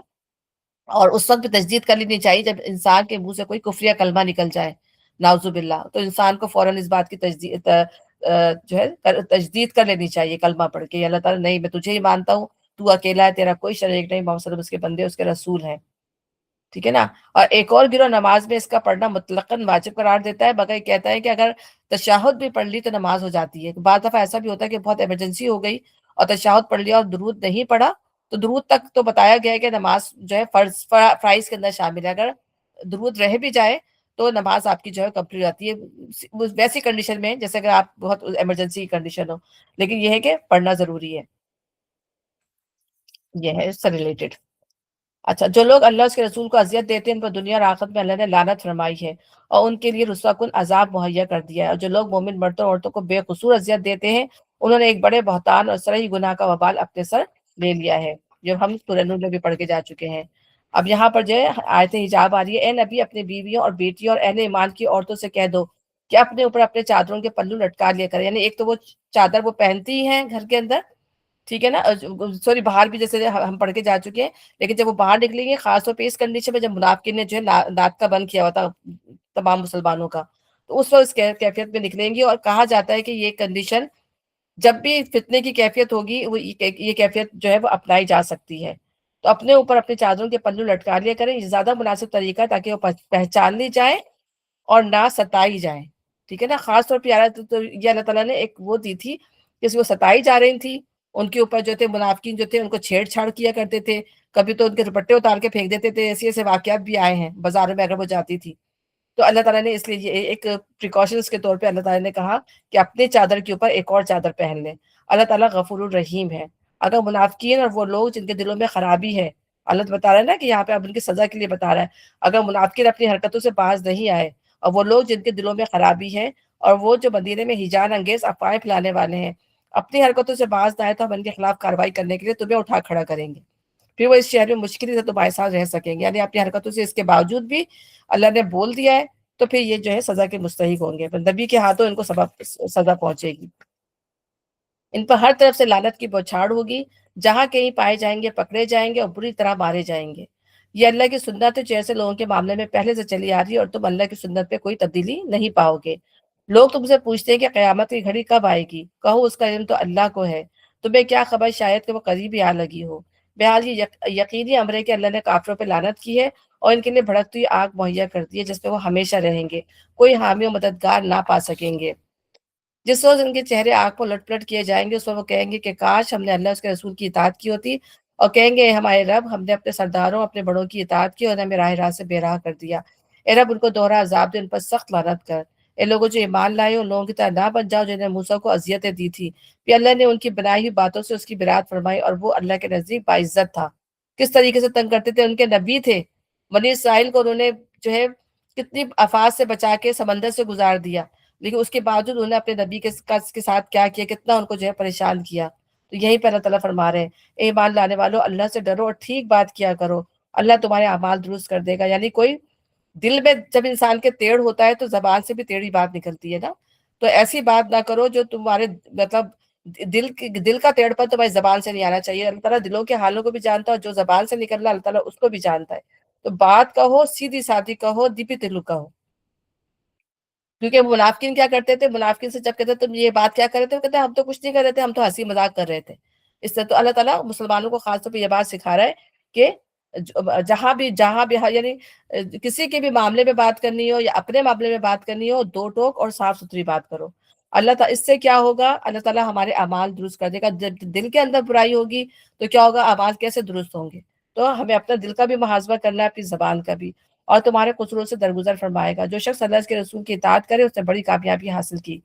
ہم نے اس امانت کو آسمانوں، زمین اور پہاڑوں کے سامنے پیش کیا تو اسے اٹھانے کے لیے تیار نہ ہوئے، یعنی قرآن کو، اور اس سے ڈر گئے، مگر انسان نے اسے اٹھا لیا، بے شک وہ بڑا ظالم اور جاہل ہے۔ یعنی کلام کو ختم کرتے ہوئے اللہ تعالیٰ انسان کو یہ احساس دلانا چاہتا ہے کہ دنیا میں اس کی حقیقی حیثیت کیا ہے، اور اس حیثیت میں ہوتے ہوئے اگر وہ دنیا کی زندگی کو محض ایک کھیل سمجھ کر بے فکری کے ساتھ غلط رویہ اختیار کرتا جاتا ہے تو کس طرح اپنے ہاتھوں خود اپنا مستقبل خراب کرتا ہے۔ اس جگہ امانت سے مراد وہی خلافت ہے جو قرآن مجید کی روح سے انسان کو زمین میں عطا کی گئی ہے۔ اللہ تعالیٰ نے انسان کو طاعت و معصیت کی جو آزادی بخشی ہے، اس آزادی کو استعمال کرنے کے لیے اسے اپنی بے شمار مخلوقات پر تصرف کے جو اختیارات دیے ہیں، ان کا لازمی نتیجہ یہ ہے کہ انسان خود اپنے اختیاری اعمال کا ذمہ دار قرار پائے اور اپنے صحیح طرز عمل پر اجر کا اور غلط طرز عمل پر سزا کا مستحق بنے۔ ٹھیک ہے نا؟ تو یہ اختیارات چونکہ انسان نے خود حاصل نہیں کیے بلکہ اللہ نے اسے دیے ہیں، اور ان کے صحیح و غلط استعمال پہ وہ اللہ کے سامنے جواب دہ ہے، اس لیے اللہ تعالیٰ دوسرے مقامات پر ان کو خلافت کے لفظ سے تعبیر کیا گیا ہے۔ ٹھیک ہے نا؟ تو اس امانت کو جب اٹھایا تو اس کو ہمیں پورا اس کا خلافت کیا ہے، یا کوئی کہتا ہے یہ قرآن کو بھی کہا جاتا ہے کہ اللہ تعالیٰ نے اس امانت کو، یعنی قرآن کو بھی کہتے ہیں اور خلافت، دونوں چیزیں اس کے اندر آتی ہیں۔ تو اس کا مطلب کیا ہے کہ ظاہر جو ذمہ داری اللہ تعالیٰ نے، جس ذمہ داری کے ساتھ جو ہے اللہ تعالیٰ نے ہمیں دنیا کے اوپر بھیجا ہے، اس ذمہ داری کو ذمہ داری سمجھ کے پورا کرنا ہے، ایک اچھا انسان بن کر رہنا ہے، ایک اچھا مسلمان بن کر رہنا ہے، اور جو تقاضے اللہ تعالیٰ نے دیے اس کے مطابق جو ہے وہ زندگی گزارنا ہے۔ اور اس بارے امانت کو اٹھانے کا لازمی نتیجہ یہ کہ اللہ منافق مردوں اور عورتوں، مشرک مردوں اور عورتوں کو سزا دے، اور مومن مردوں اور عورتوں کی توبہ قبول کرے۔ اللہ تعالیٰ جو ہے درگزر کرنے والا اور نہایت مہربان ہے، بے شک۔ یہاں پر یہ جو ہے آیت جو ہے سورہ احزاب ختم ہوئی۔ انشاءاللہ بس یہ اتنے ہی ہم یہیں پہ کریں گے۔ بہت اچھی صورت تھی، ظاہر اس میں بھی ہر صورت کے اندر جو ہے کہیں نہ کہیں اللہ تعالیٰ ہمیں کتنے سارے جو ہے لیسنس دے رہے ہوتے ہیں، اور اس میں تو ہے ہی مسلمانوں کو، خواتین اور مردوں سے ریلیٹڈ تمام قوانین جو اللہ تعالیٰ نے دیے ہوئے ہیں، کہ اس کے اندر بھی ہمیں ایٹیکیٹس اللہ تعالیٰ نے بتائے ہیں، معاشرے کے ایٹیکیٹس ہیں، کس طرح سے رہنا ہے، اور اس میں جو ہماری کیا کامیابی چھپی ہوئی ہے ان چیزوں کے اندر، وہ اللہ تعالیٰ نے ہمیں بتائی ہے۔ تو اللہ تعالیٰ ہمیں اسی کے مطابق جو ہے وہ زندگی گزارنے کی توفیق عطا فرمائے اور اپنی اصلاح کرنے کی توفیق عطا فرمائے۔ ٹھیک ہے؟ ربنا تقبل منا انک انت السمیع العلیم وتب علینا انک انت التواب الرحیم۔ سبحانک اللہم وبحمدک، اشہد ان لا الہ الا انت، استغفرک واتوب الیک۔ السلام علیکم ورحمۃ اللہ وبرکاتہ۔ وعلیکم وعلیکم السلام السلام ورحمۃ اللہ وبرکاتہ۔ جزاک اللہ۔ وعلیکم السلام جزاک اللہ خیر۔ وإياك يا أبي جزاک اللہ خیر۔ وإياك يا أبي